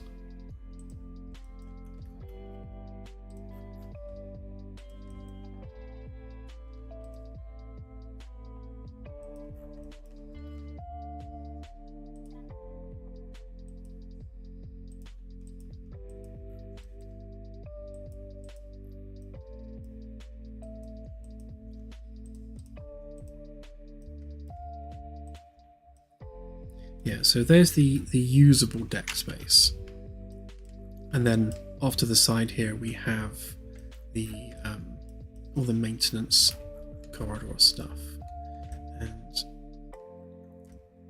I believe that was 150 centimeters across, so 80 to there. Then 150 across there.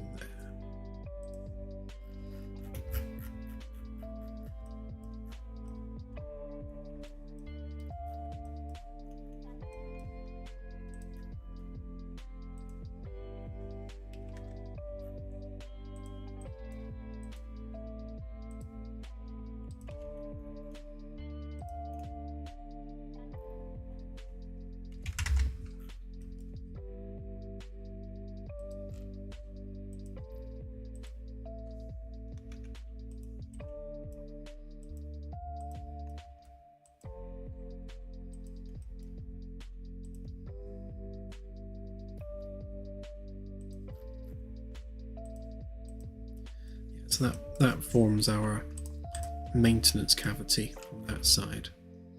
So what we need to do is basically go frame by frame, cutting out all the room holes so that we know where our deck space is. And then we've done that on a frame by frame basis. We can then start actually drawing in the walls and things. And that gives us our complete cross section for that part of the ship.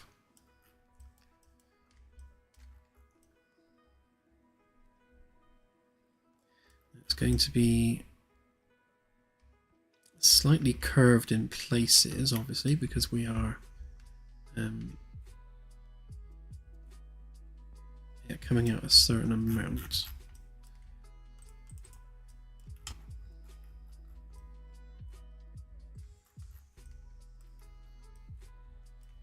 Fortunately, I already made some templates, so that's useful.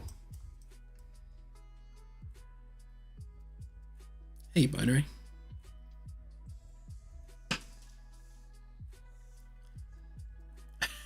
You think so, Oni Noni? I wouldn't call this professional. This is just me messing.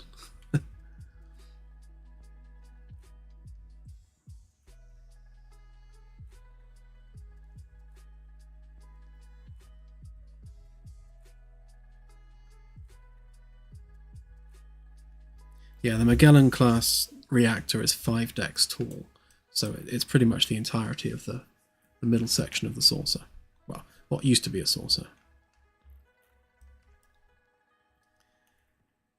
Yeah, true.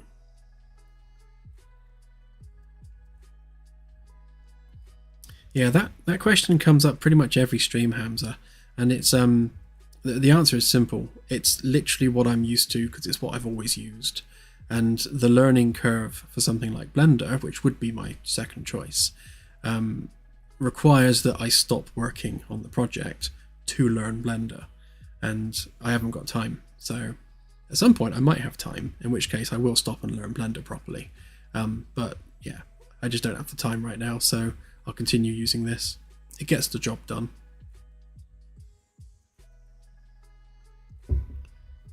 I don't really feel the pain of working with SketchUp, unless I'm working with Subd, in which case I really want Blender's Subd tools.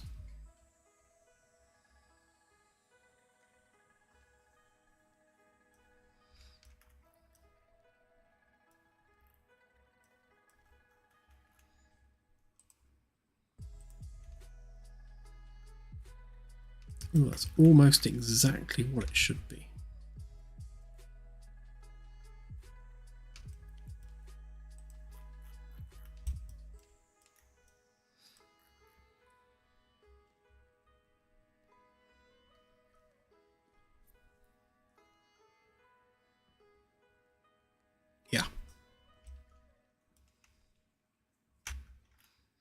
Yeah, basically that is the point. You know, we are making a real ship here. That's kind of the plan.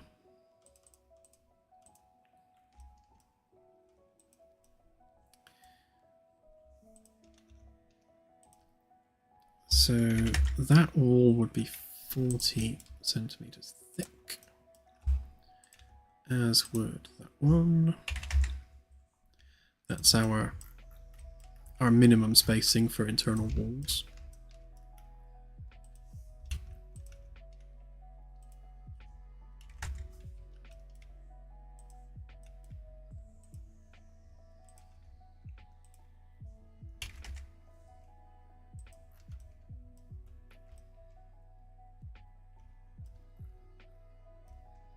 Although I think what section is this?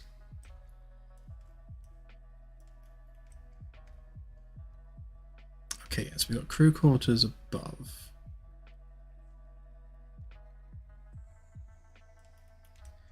And the lift there, so yeah, so we're not worried about curved ceilings at this point. When we move into the forward section and the section behind, the rules don't quite come into play as much because we're going to have sloping ceilings for the windows and such. But here we've just got crew quarters and a staircase, so we don't need that quite so much, which makes this particular one easier.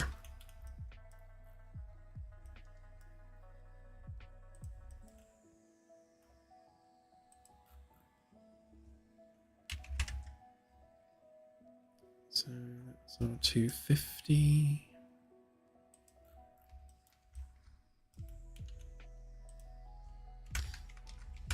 250.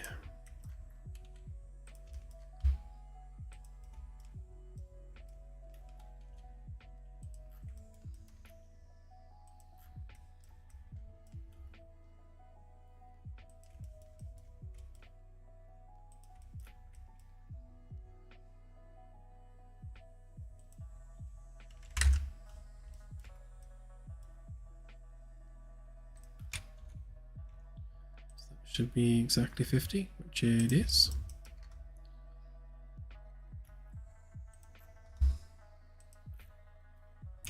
It's always a nice feeling when you are measuring things against other things and then they happen to just line up perfectly.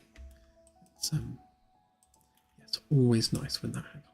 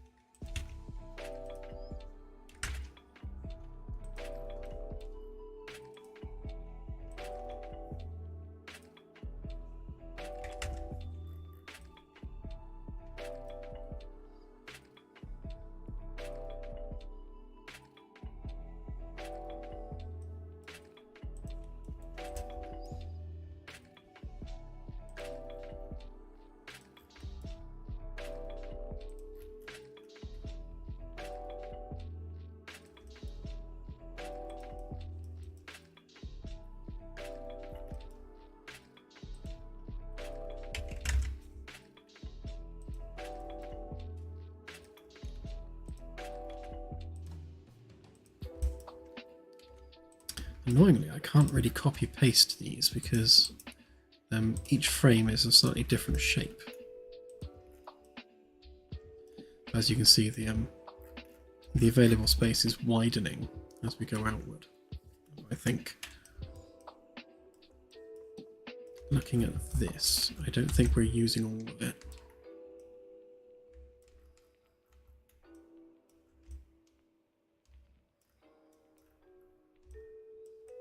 No, we're not. So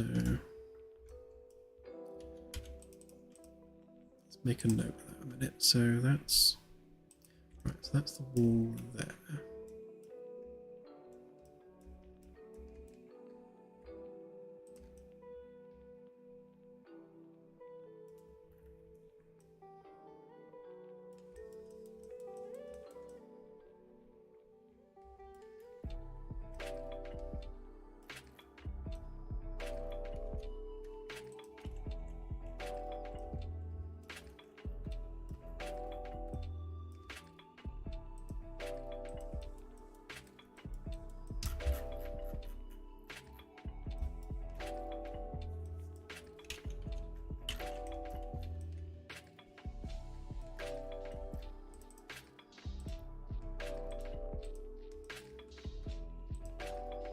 Of course, the floor height would be there, wouldn't it? Because we're drawing above the center line.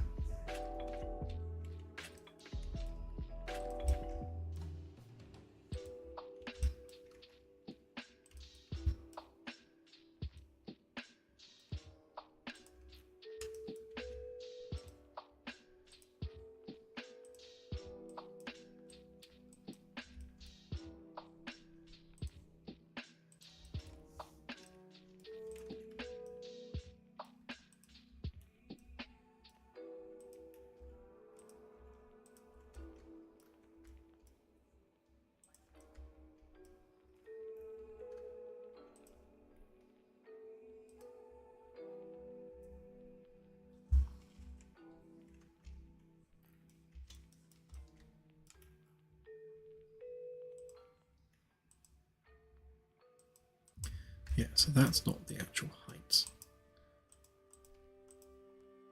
That's the actual height.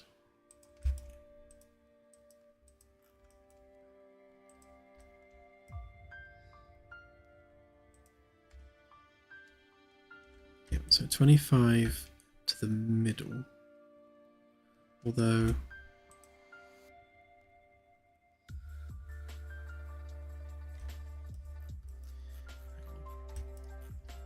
how have I worked this out? Oh, of course, yeah. So the deck cutting point is actually going to be 25 centimeters above the midline of the ship, because the midline represents like halfway in the deck cavity. So if we just do this one again, so that's the halfway point there. So 25 centimeters above that is the actual floor height.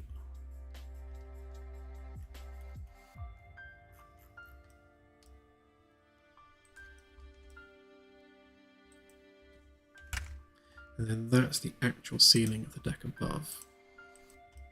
So where we do the cut should actually be here, not down there. It doesn't change anything about the internal layout. It just means that when we're welding this together, we need to make sure that the weld line runs down there, not through here.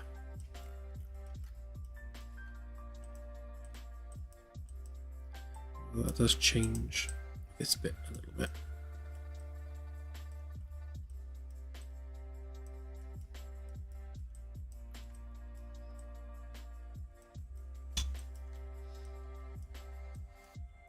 Right, let's try that again.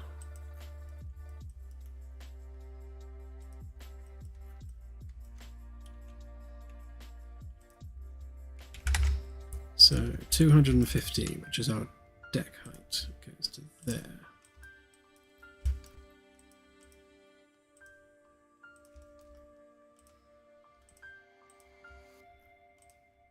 So technically we don't actually need this.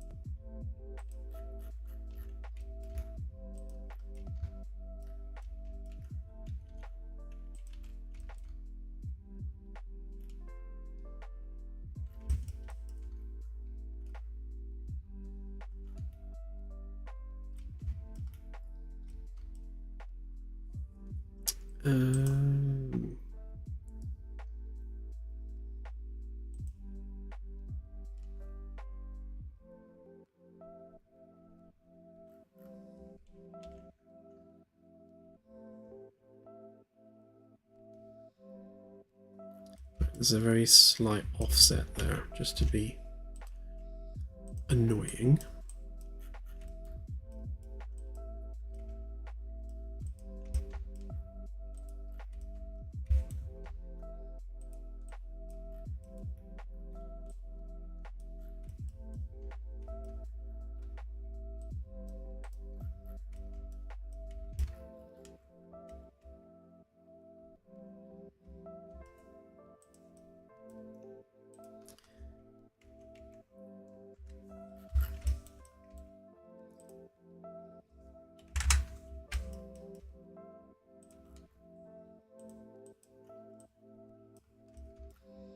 So kind of precision is everything with this. Because if we're off, even by a couple of millimeters, it kind of really messes everything up.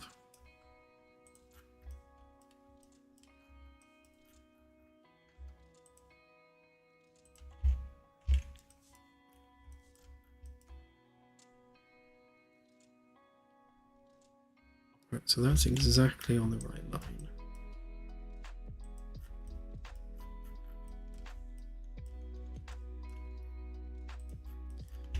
Double check this one.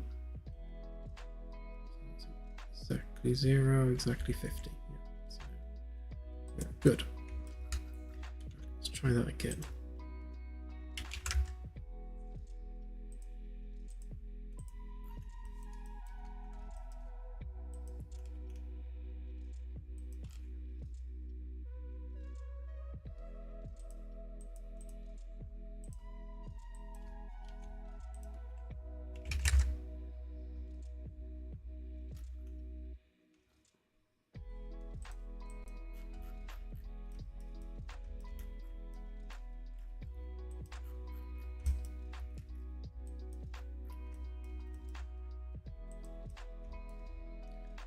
So then the deck below should be 250, which would be exactly 300 from there. So that's absolutely definitely the height of the floor.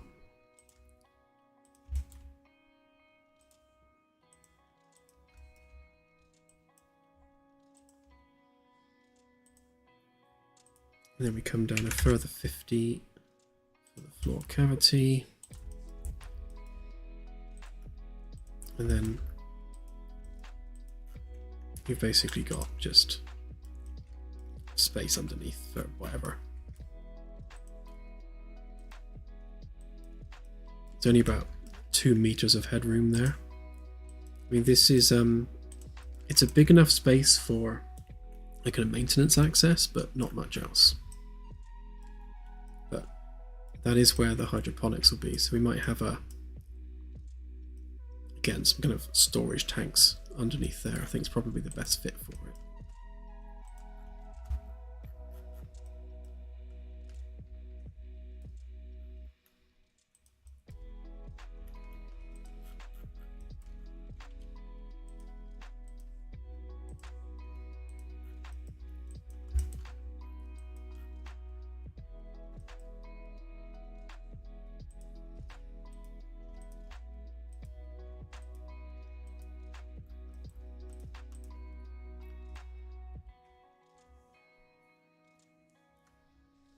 Right, so after all that messing about,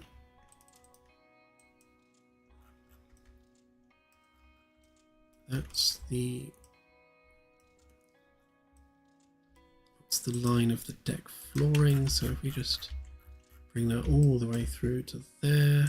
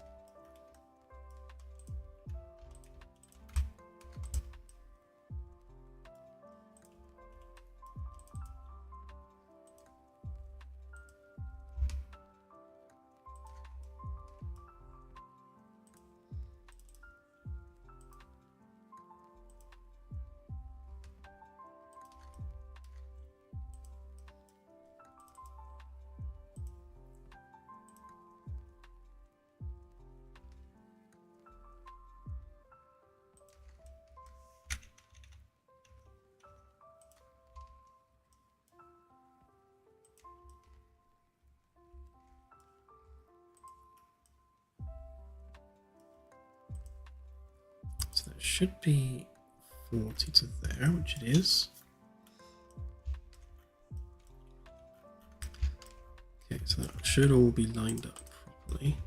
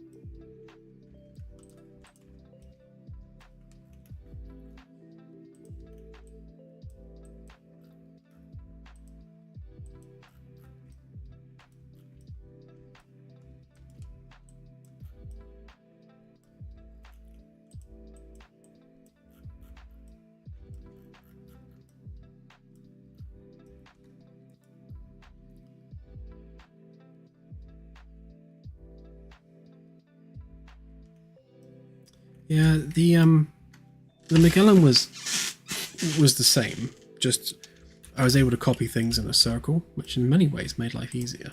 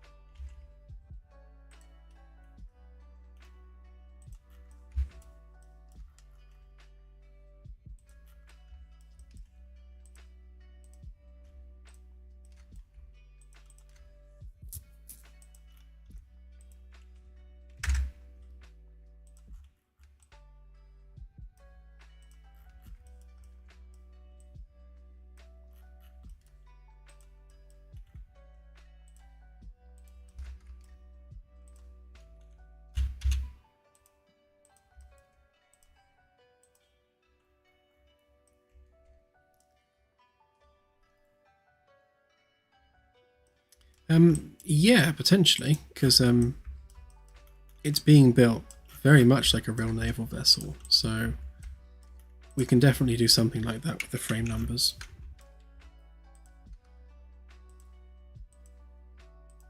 There won't be as many frames as there is on a naval ship, but we can certainly work with it.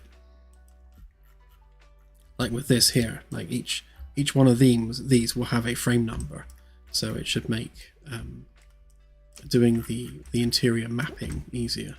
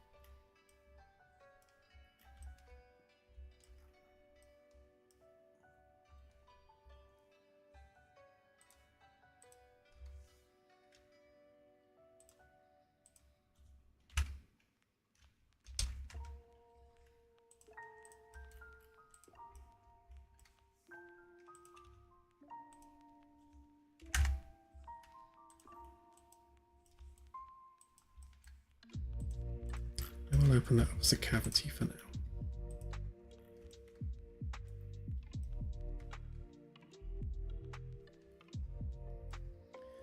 Oh, nearly there.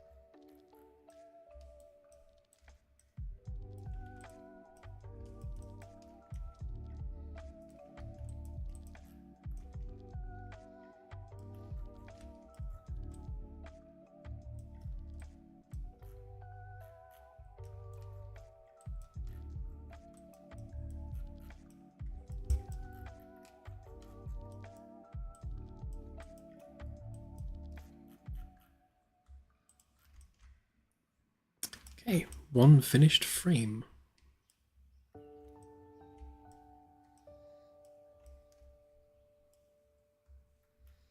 Did I? Oh yeah, well spotted.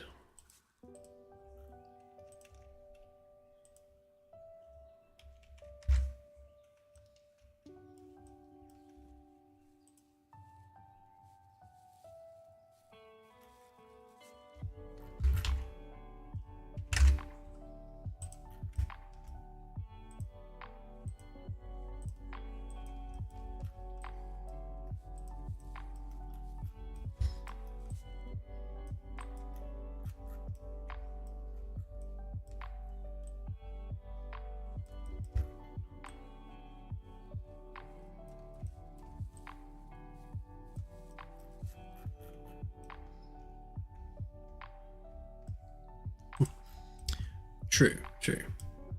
It's also lacking the foot platforms for the maintenance access here. But in terms of rooms, that is the space we have to work with. And then yeah, then on the inside here, this is where, oops, this is where this needs to go. So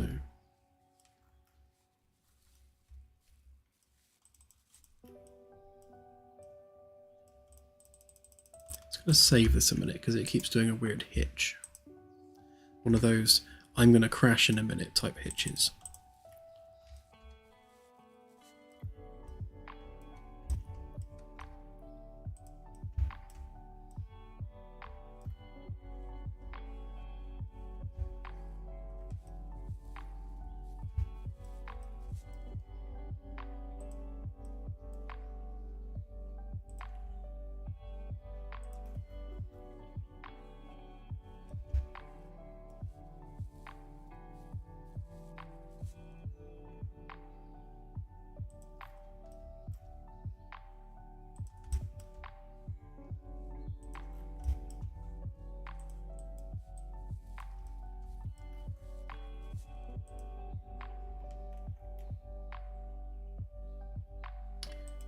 I think what I'll do here is I'll make a little template for the crew access bit.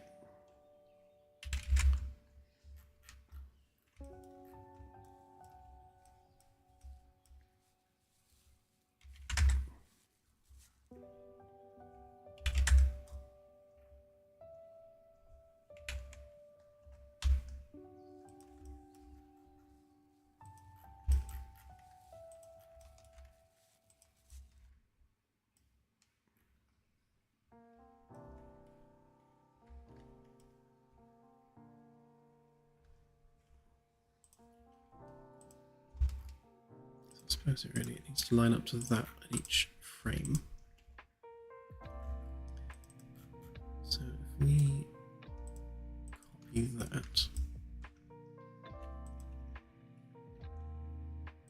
each of these.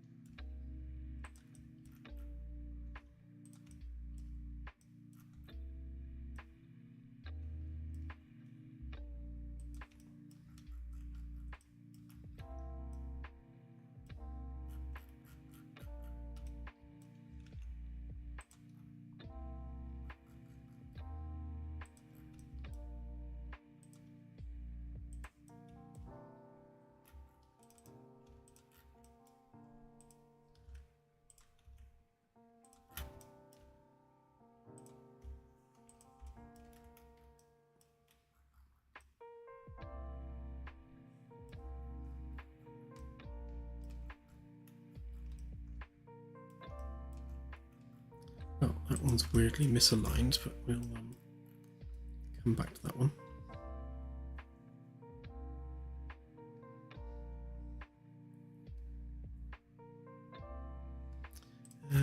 don't know actually. Let me have a look.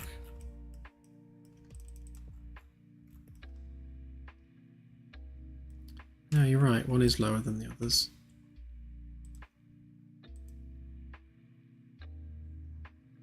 This is exactly 25 centimeters too low.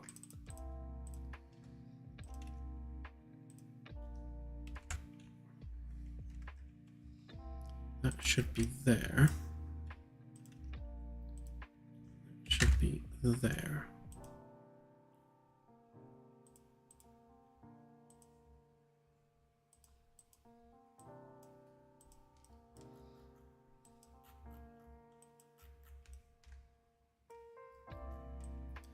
I said it before, but this is why it's great having you guys on stream, because I mess up all the time, it would seem.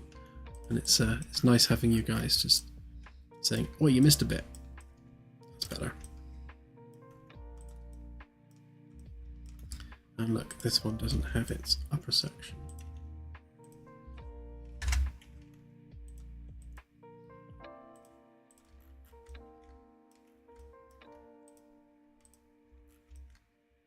That's better. I can see through it now.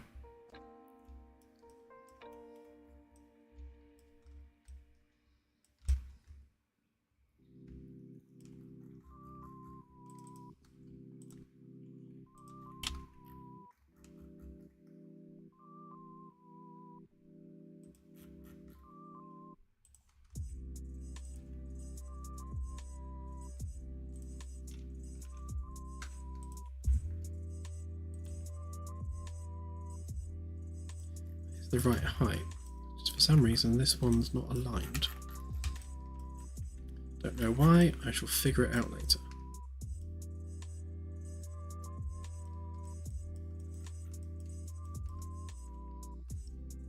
It's true, yeah.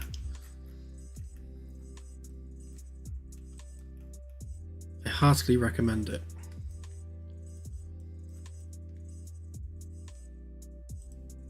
So we need to make sure we leave enough space as a cavity alongside the wall panel. So normally I do about 5 centimeters, so which is 2 inches.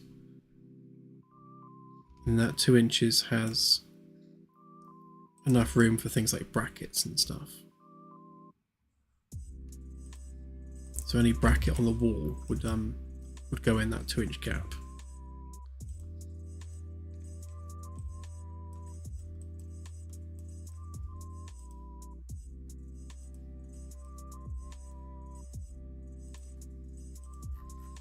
Then they'd all come over like that.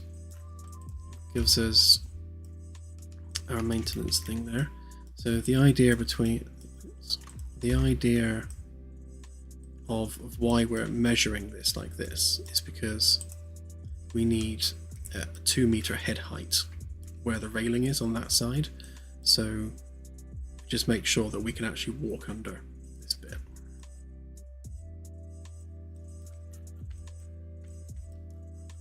I'll do those later because they're fiddly.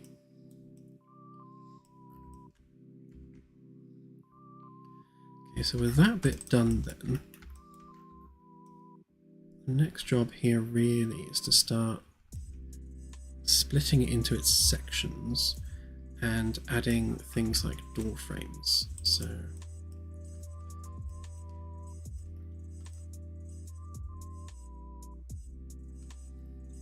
yeah, I think 2 meters is generous enough.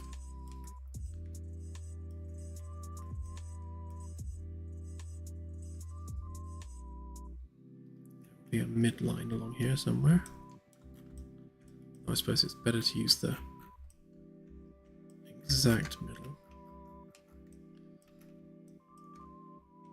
Grab the middle of the door. Actually, no, grab the middle of that bit. Just make sure that that's aligned, which it is.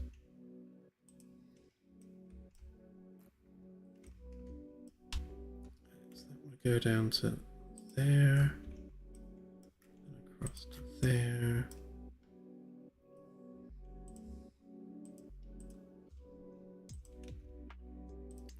goes 100 that way, 100 that way.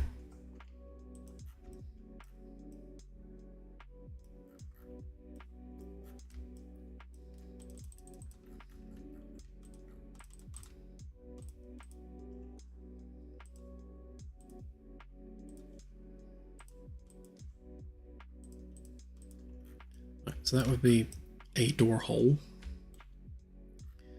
And obviously that's just framework wall either side of that.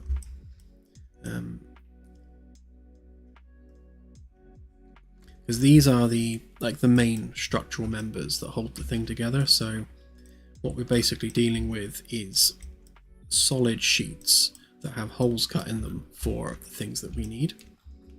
So like in this instance, we've got a hole cut for the door, and then we'll have pretty much a full gap there for that one. And then we'll have on this one, we would have a gap for the bracket, which should be 5, which it is. So 5 along there, 250 down there.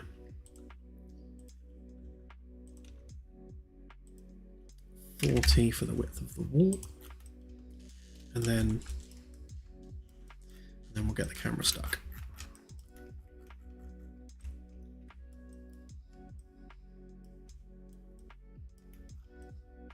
And then the same on this side.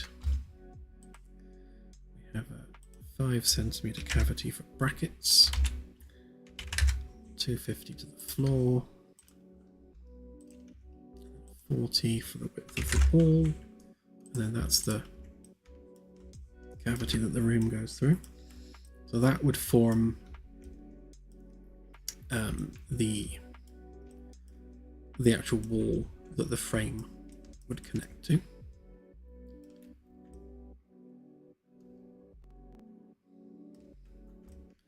I'll slice this into layers in a minute, and the camera will keep getting stuck in it. In fact, I'll slice it into layers now.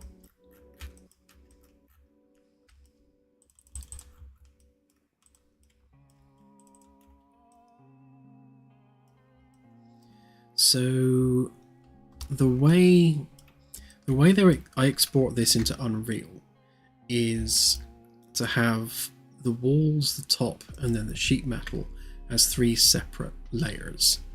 So at 1 inch. So each one of these will be 1 inch thick once I extrude them. Again, so that's inch thick titanium gold, or that sea coney stuff.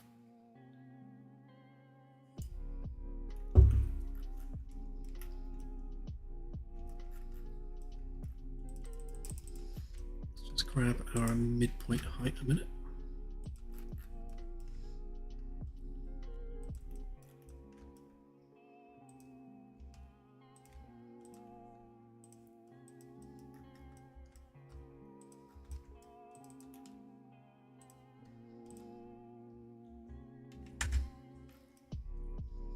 Right, so we got floor height there, and then 50. So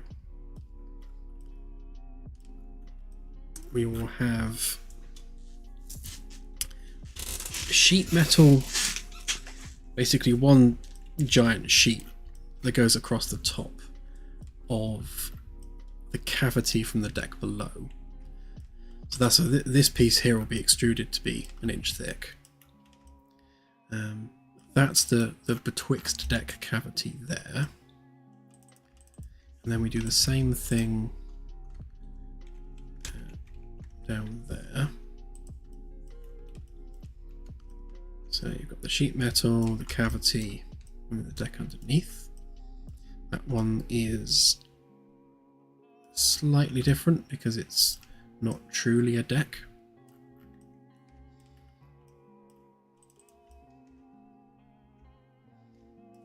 And then we'll just have to make that part of deck 1, I think. Although what we might do is take the take this window section at the front, which will eventually be windows, and make that part of this bit, and then just have that go on top, which means we'll need a cut around there. And that's a future problem.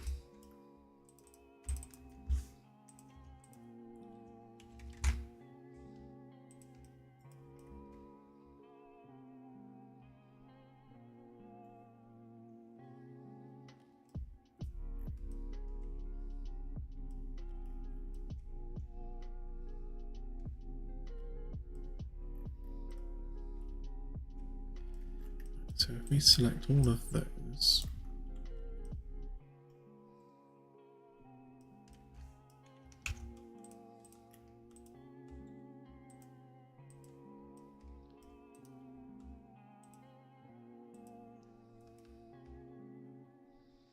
hopefully we had a nice clean intersect all the way through. Always makes life easier.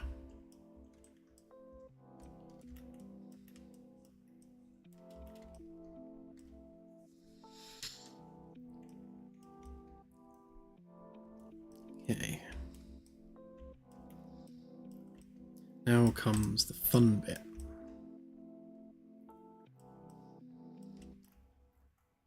So that, and that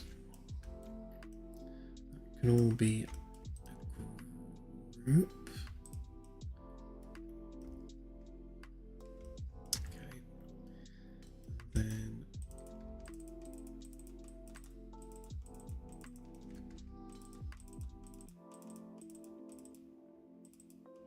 Then that side, but also this side.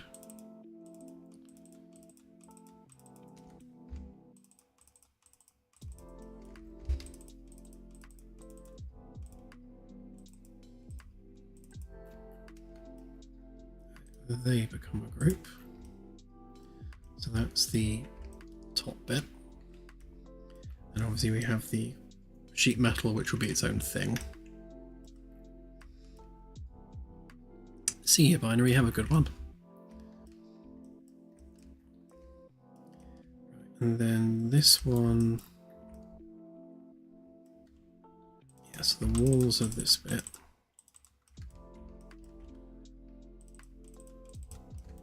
And the same on the other side.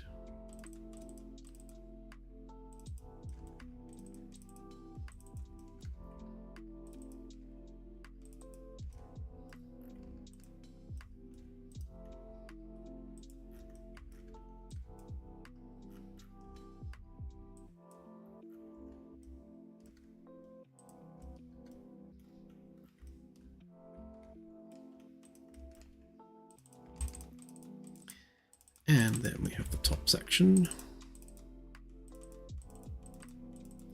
And the reason I do it in 3 layers is so that we can turn those layers off independently and render things like deck maps and such without the top of the frame like getting in the way of the camera. Okay, so that's the top.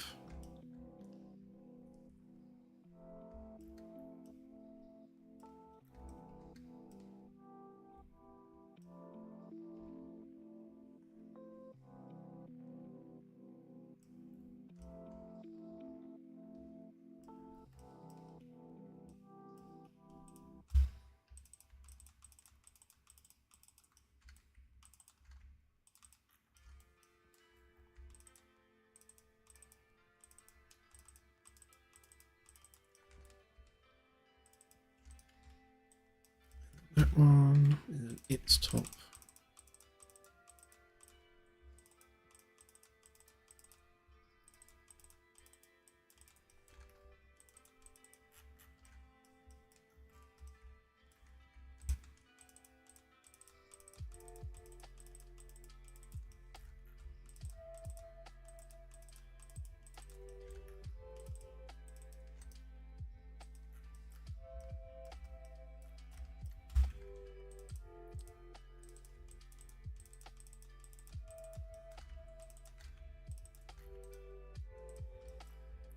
I'm not quite sure what to do with that bit, so we'll just group that up separately.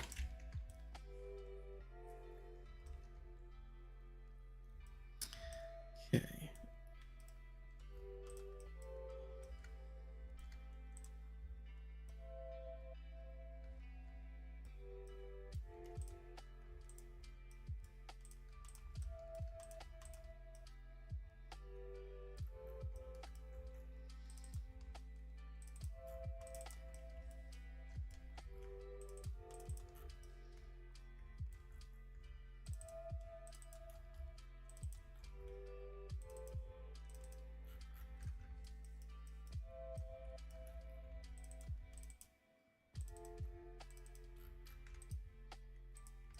I'll group these as I go, otherwise it's going to cause me grief.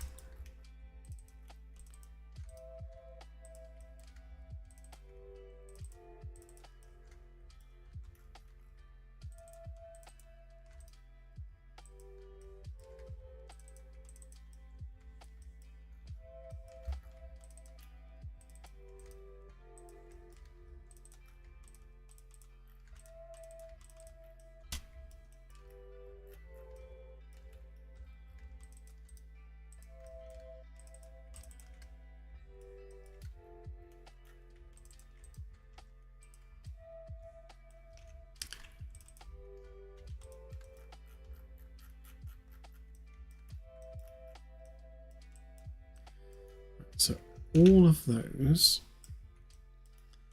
become a part of this. So if we group them up a minute,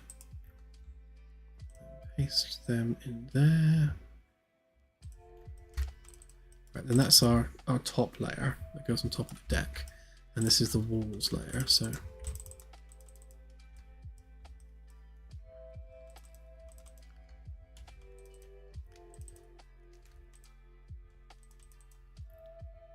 they're all nice and messed up.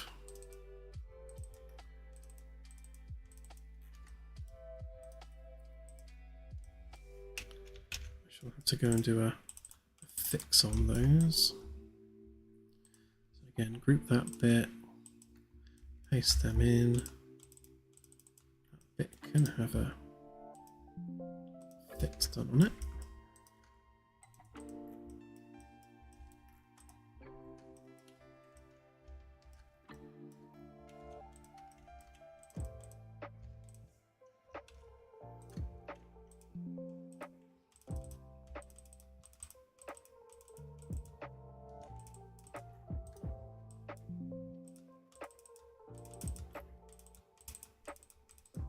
Sort that out.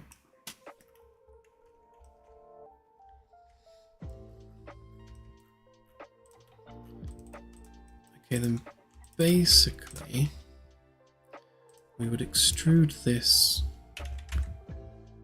like so.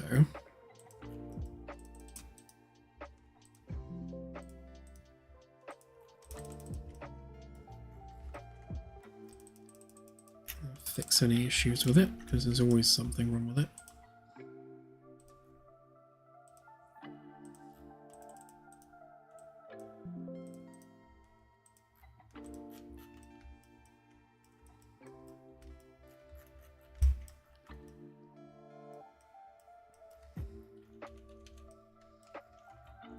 Okay, and then with these,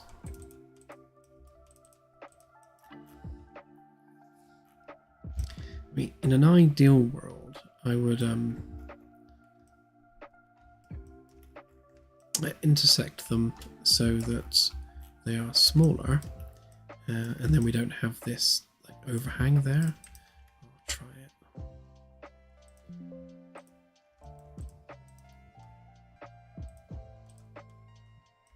Yeah, see, it doesn't always work, so you end up with bits that didn't intersect properly, so I won't bother with that for now. I'll just extrude, and then because it's a flat surface we can do that quite easily.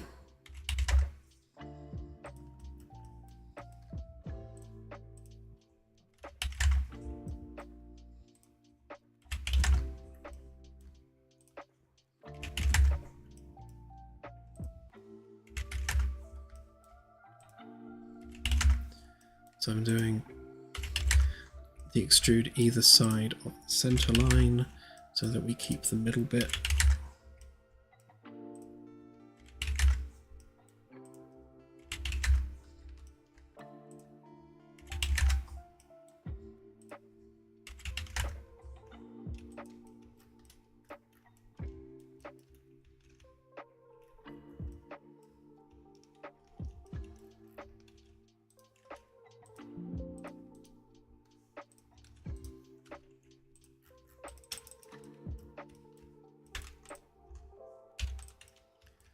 So basically,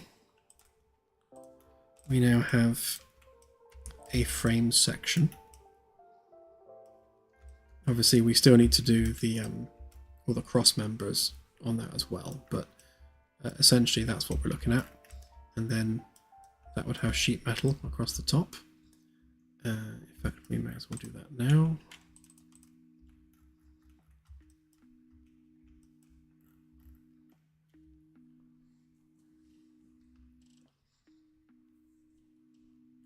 I'll have a look in a sec on Inoni.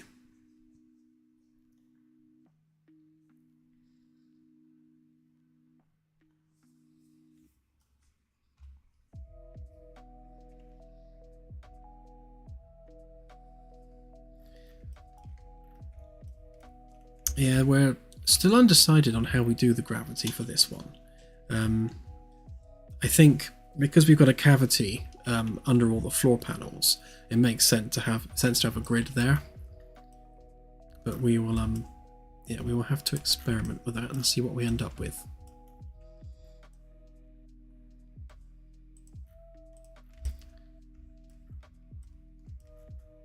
So same deal again then. So we take that one, that one, get rid of all the bits we don't need, soften it all up.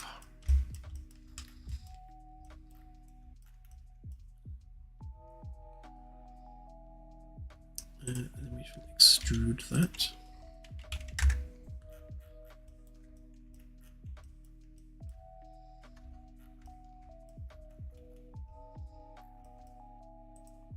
And that one.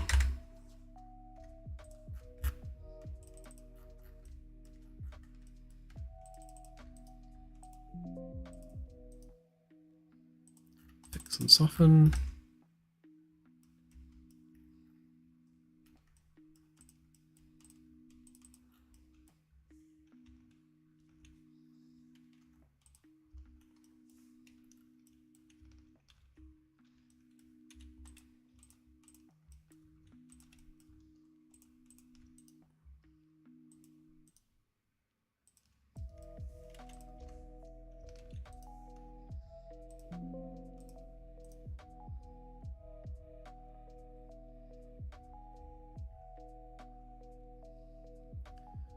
Why can't I see the soften option?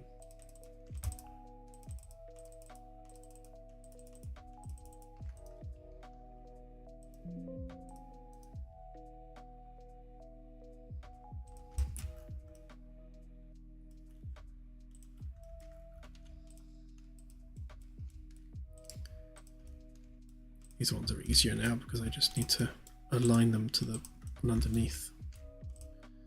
Need to type anything in, which speeds up the process.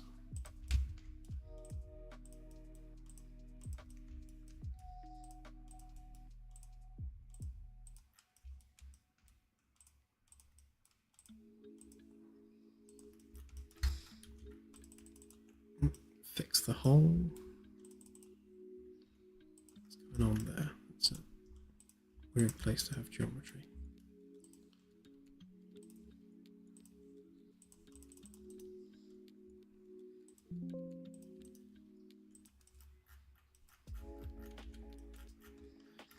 There'll be lots of little bits like this that have some weird geometry because obviously this was subdivided geometry which we then intersected, which has created lots of weirdness, so this will need cleaning up.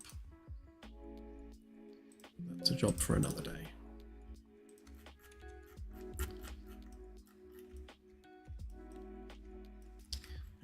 problem on this side.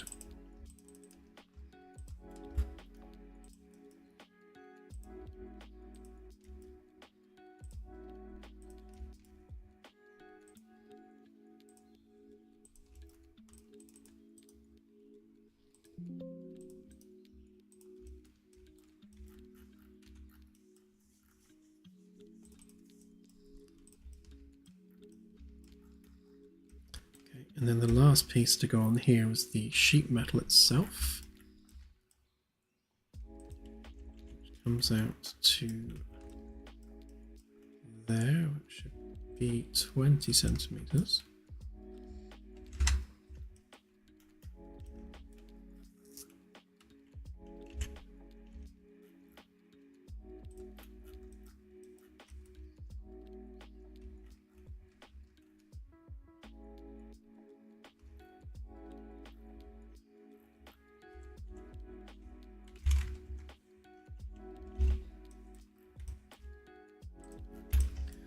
I will actually I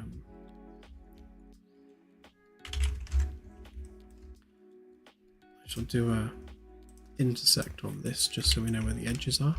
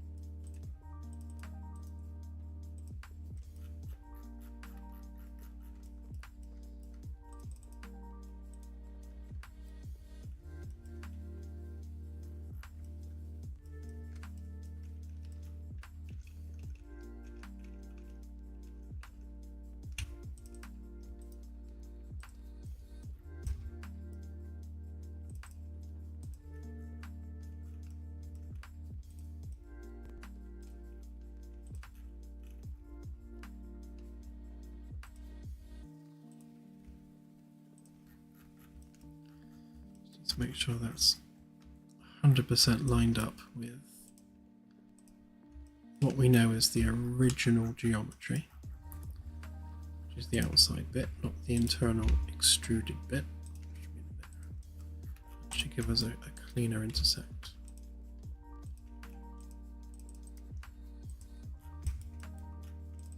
Yeah, it's much better.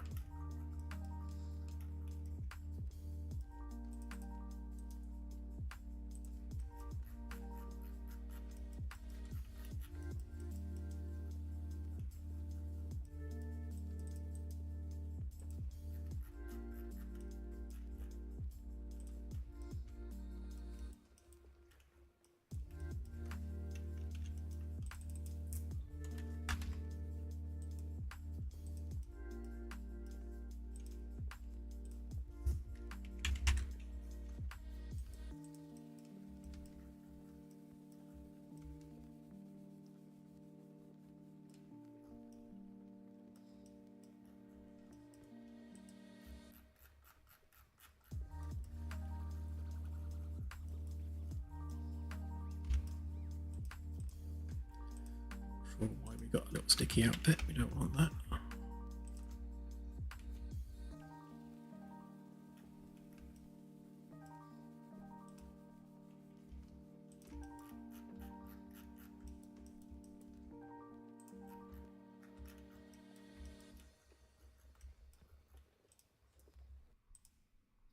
So all these bits that are sticking out, not quite aligned, I will cut and smooth and like smooth it across there and make sure that it's absolutely like flush to the millimeter all the way across.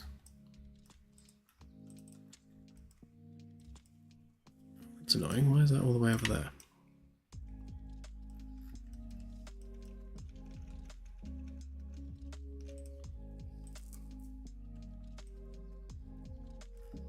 Oh, I see why.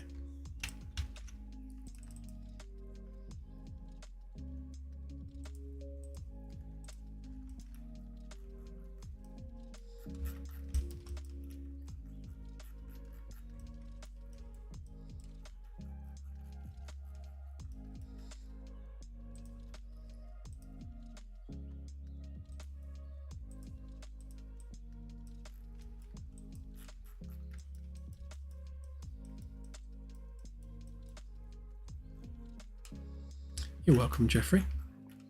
It is a pleasure.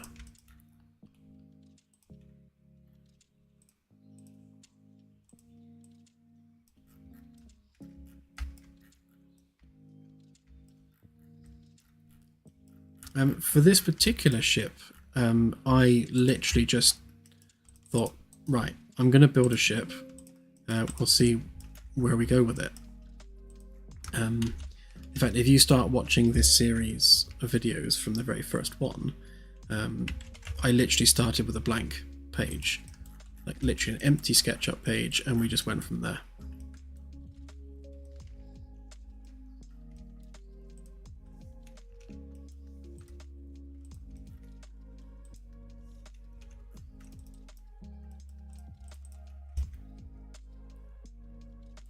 Okay, so what we are ended up with here is we've got the walls, the top, and the sheet metal. So if I copy those out, so the deck above basically welds onto the sheet metal on top of the deck below. The 50 centimeter cavity, which you've got underneath the floor here, this is where all the pipes and cables can run. And then obviously you've got the space for the actual deck itself, which there probably won't be on this particular section, but that's generally the gist of it. So that would be one section. And then each deck is the same, where we have the walls, the top, and then the sheet metal on top of that. And again, the reason I do that is so that we can turn off the sheet metal and the top like that, just to reveal the deck underneath. Or if we're doing like a technical render, we can turn off the sheet metal and keep the frame. So that depending on what diagram or picture we want to make, we've got the layers available to us. We can turn those layers off. But if you think about it in terms of the engineering, what would come out of a shipyard would be this. So this is the bit that you would get completed as is, and then that all gets welded together.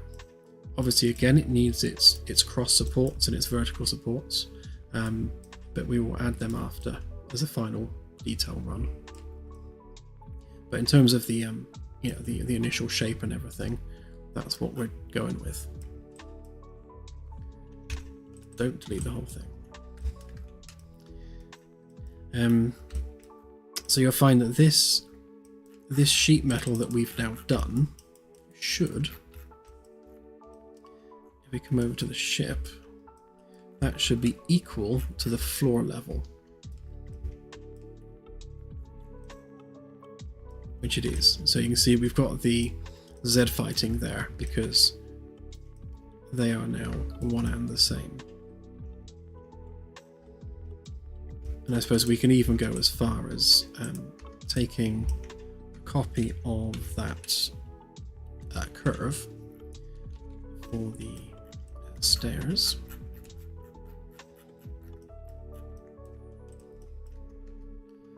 Just paste that in there a minute.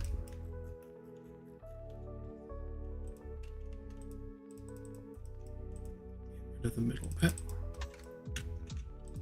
Go on to our sheet metal, paste that there, extrude it through. So now we've got our hole for the stairs, and then when it comes to the framework, we would obviously then we'd cut the framework around that, so there would be like a subframe underneath that all connects to.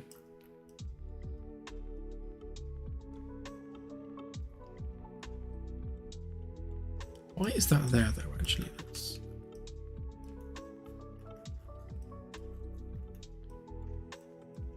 Oh, sorry, I've cut it onto the wrong deck. That should be on the deck above. Thought that looked weird.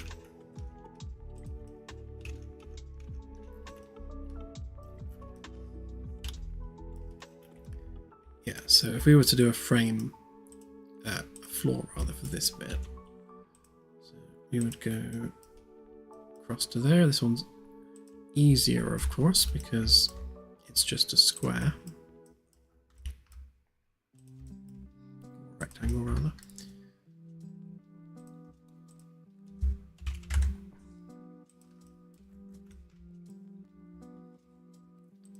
And then that would come out to the edge there.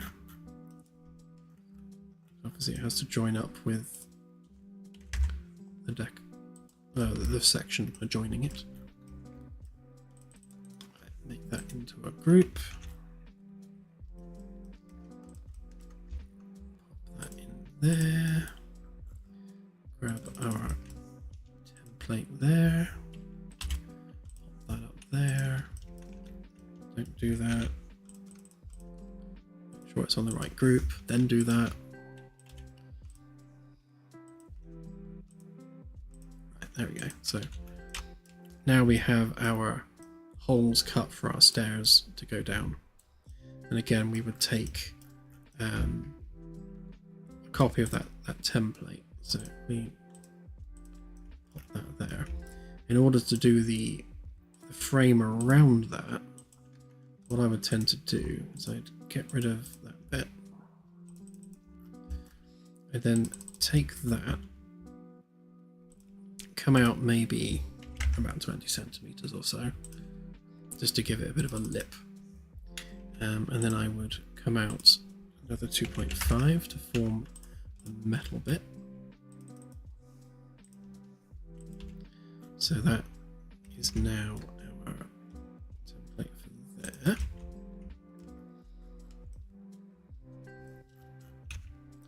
Keep forgetting they're on a different level. Let's group it up first.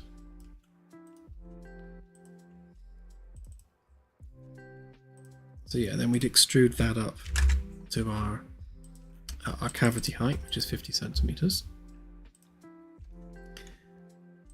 And then we would place that underneath like that. Actually, to take into account the floor thickness. And then with these ones, we would then cut these there. Come on, line up. So from there to there, then we get rid of that bit.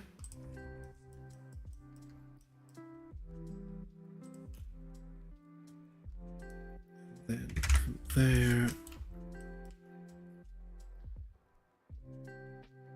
oh, there we go.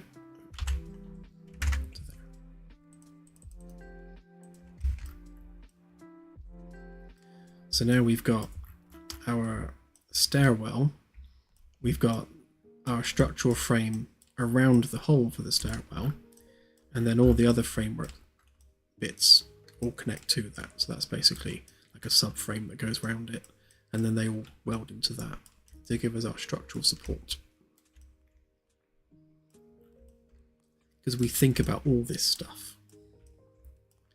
And then basically we just go deck by deck doing that, and then we end up with a ship. So if we take like those and hide them, for example, Turn off hidden objects.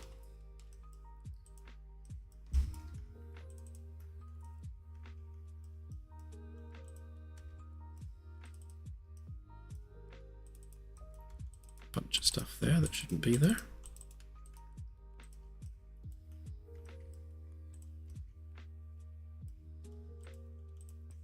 But yeah, so we turn it off in layers and then we can work on it without stuff in the way. Although I do need to group these up, so all these ones need to be part of the top section.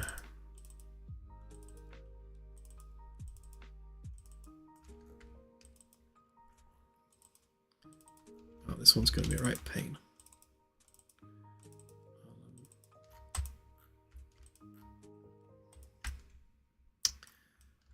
Door. Right, yeah, so that one's all messed up, annoyingly. How did that happen?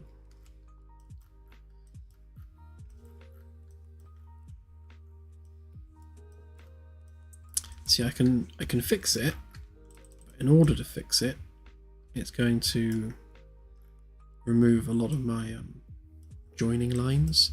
So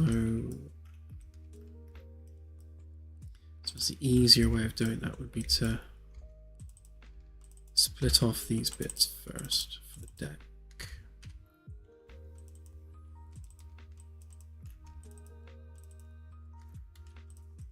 Oh, why is that one grouped up already? No, you're part of that one.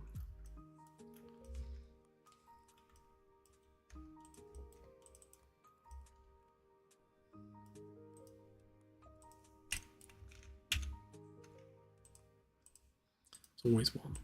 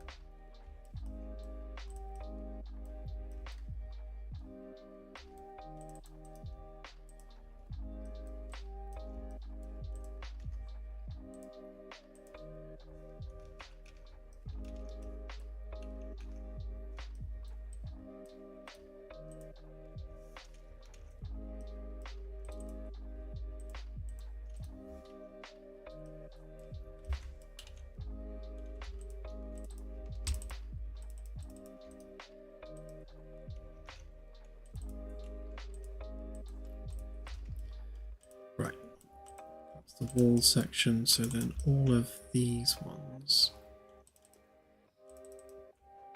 Which one was messed up? It was that one. Right, so that one I can fix. And it's removed all of the inner bits. So then I just have to redo those.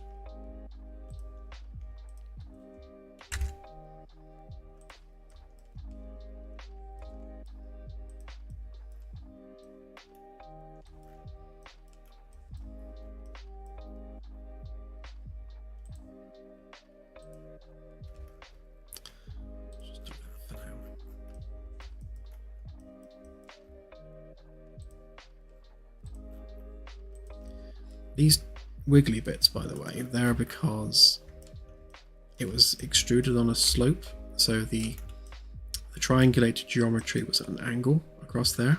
So what you're seeing is the actual triangulation, but I'll smooth that off.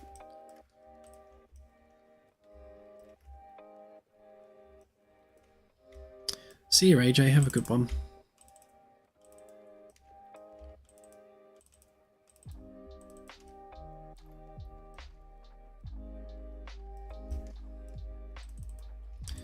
Actually, I think I'll make this whole thing the top section on this particular deck.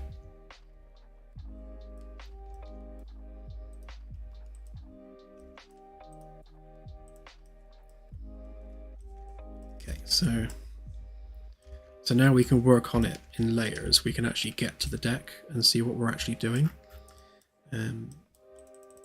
which on that note means that we can start to take our rooms. So if we grab, I don't need the door, let's grab the individual rooms like that for that section.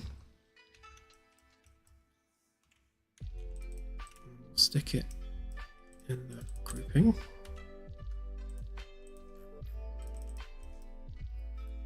Right, so now we can see what we're doing. So then we can start building our walls and things to sort that out.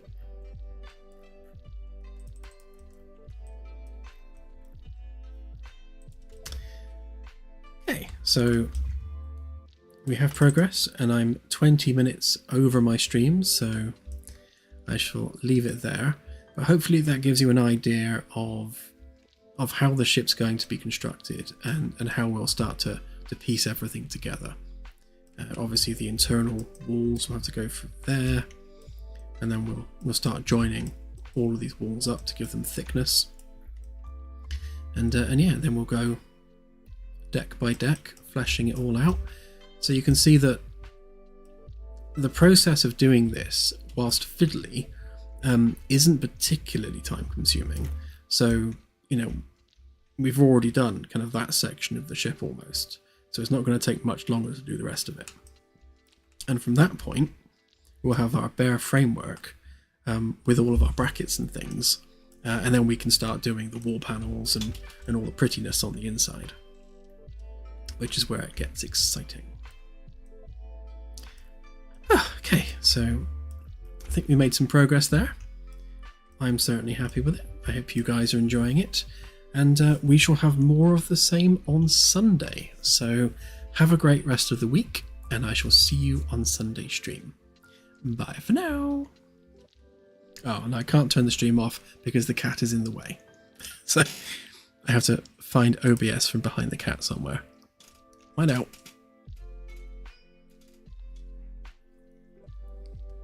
The joys of having a cat. Right, there we go. All right, see you on Sunday. Bye.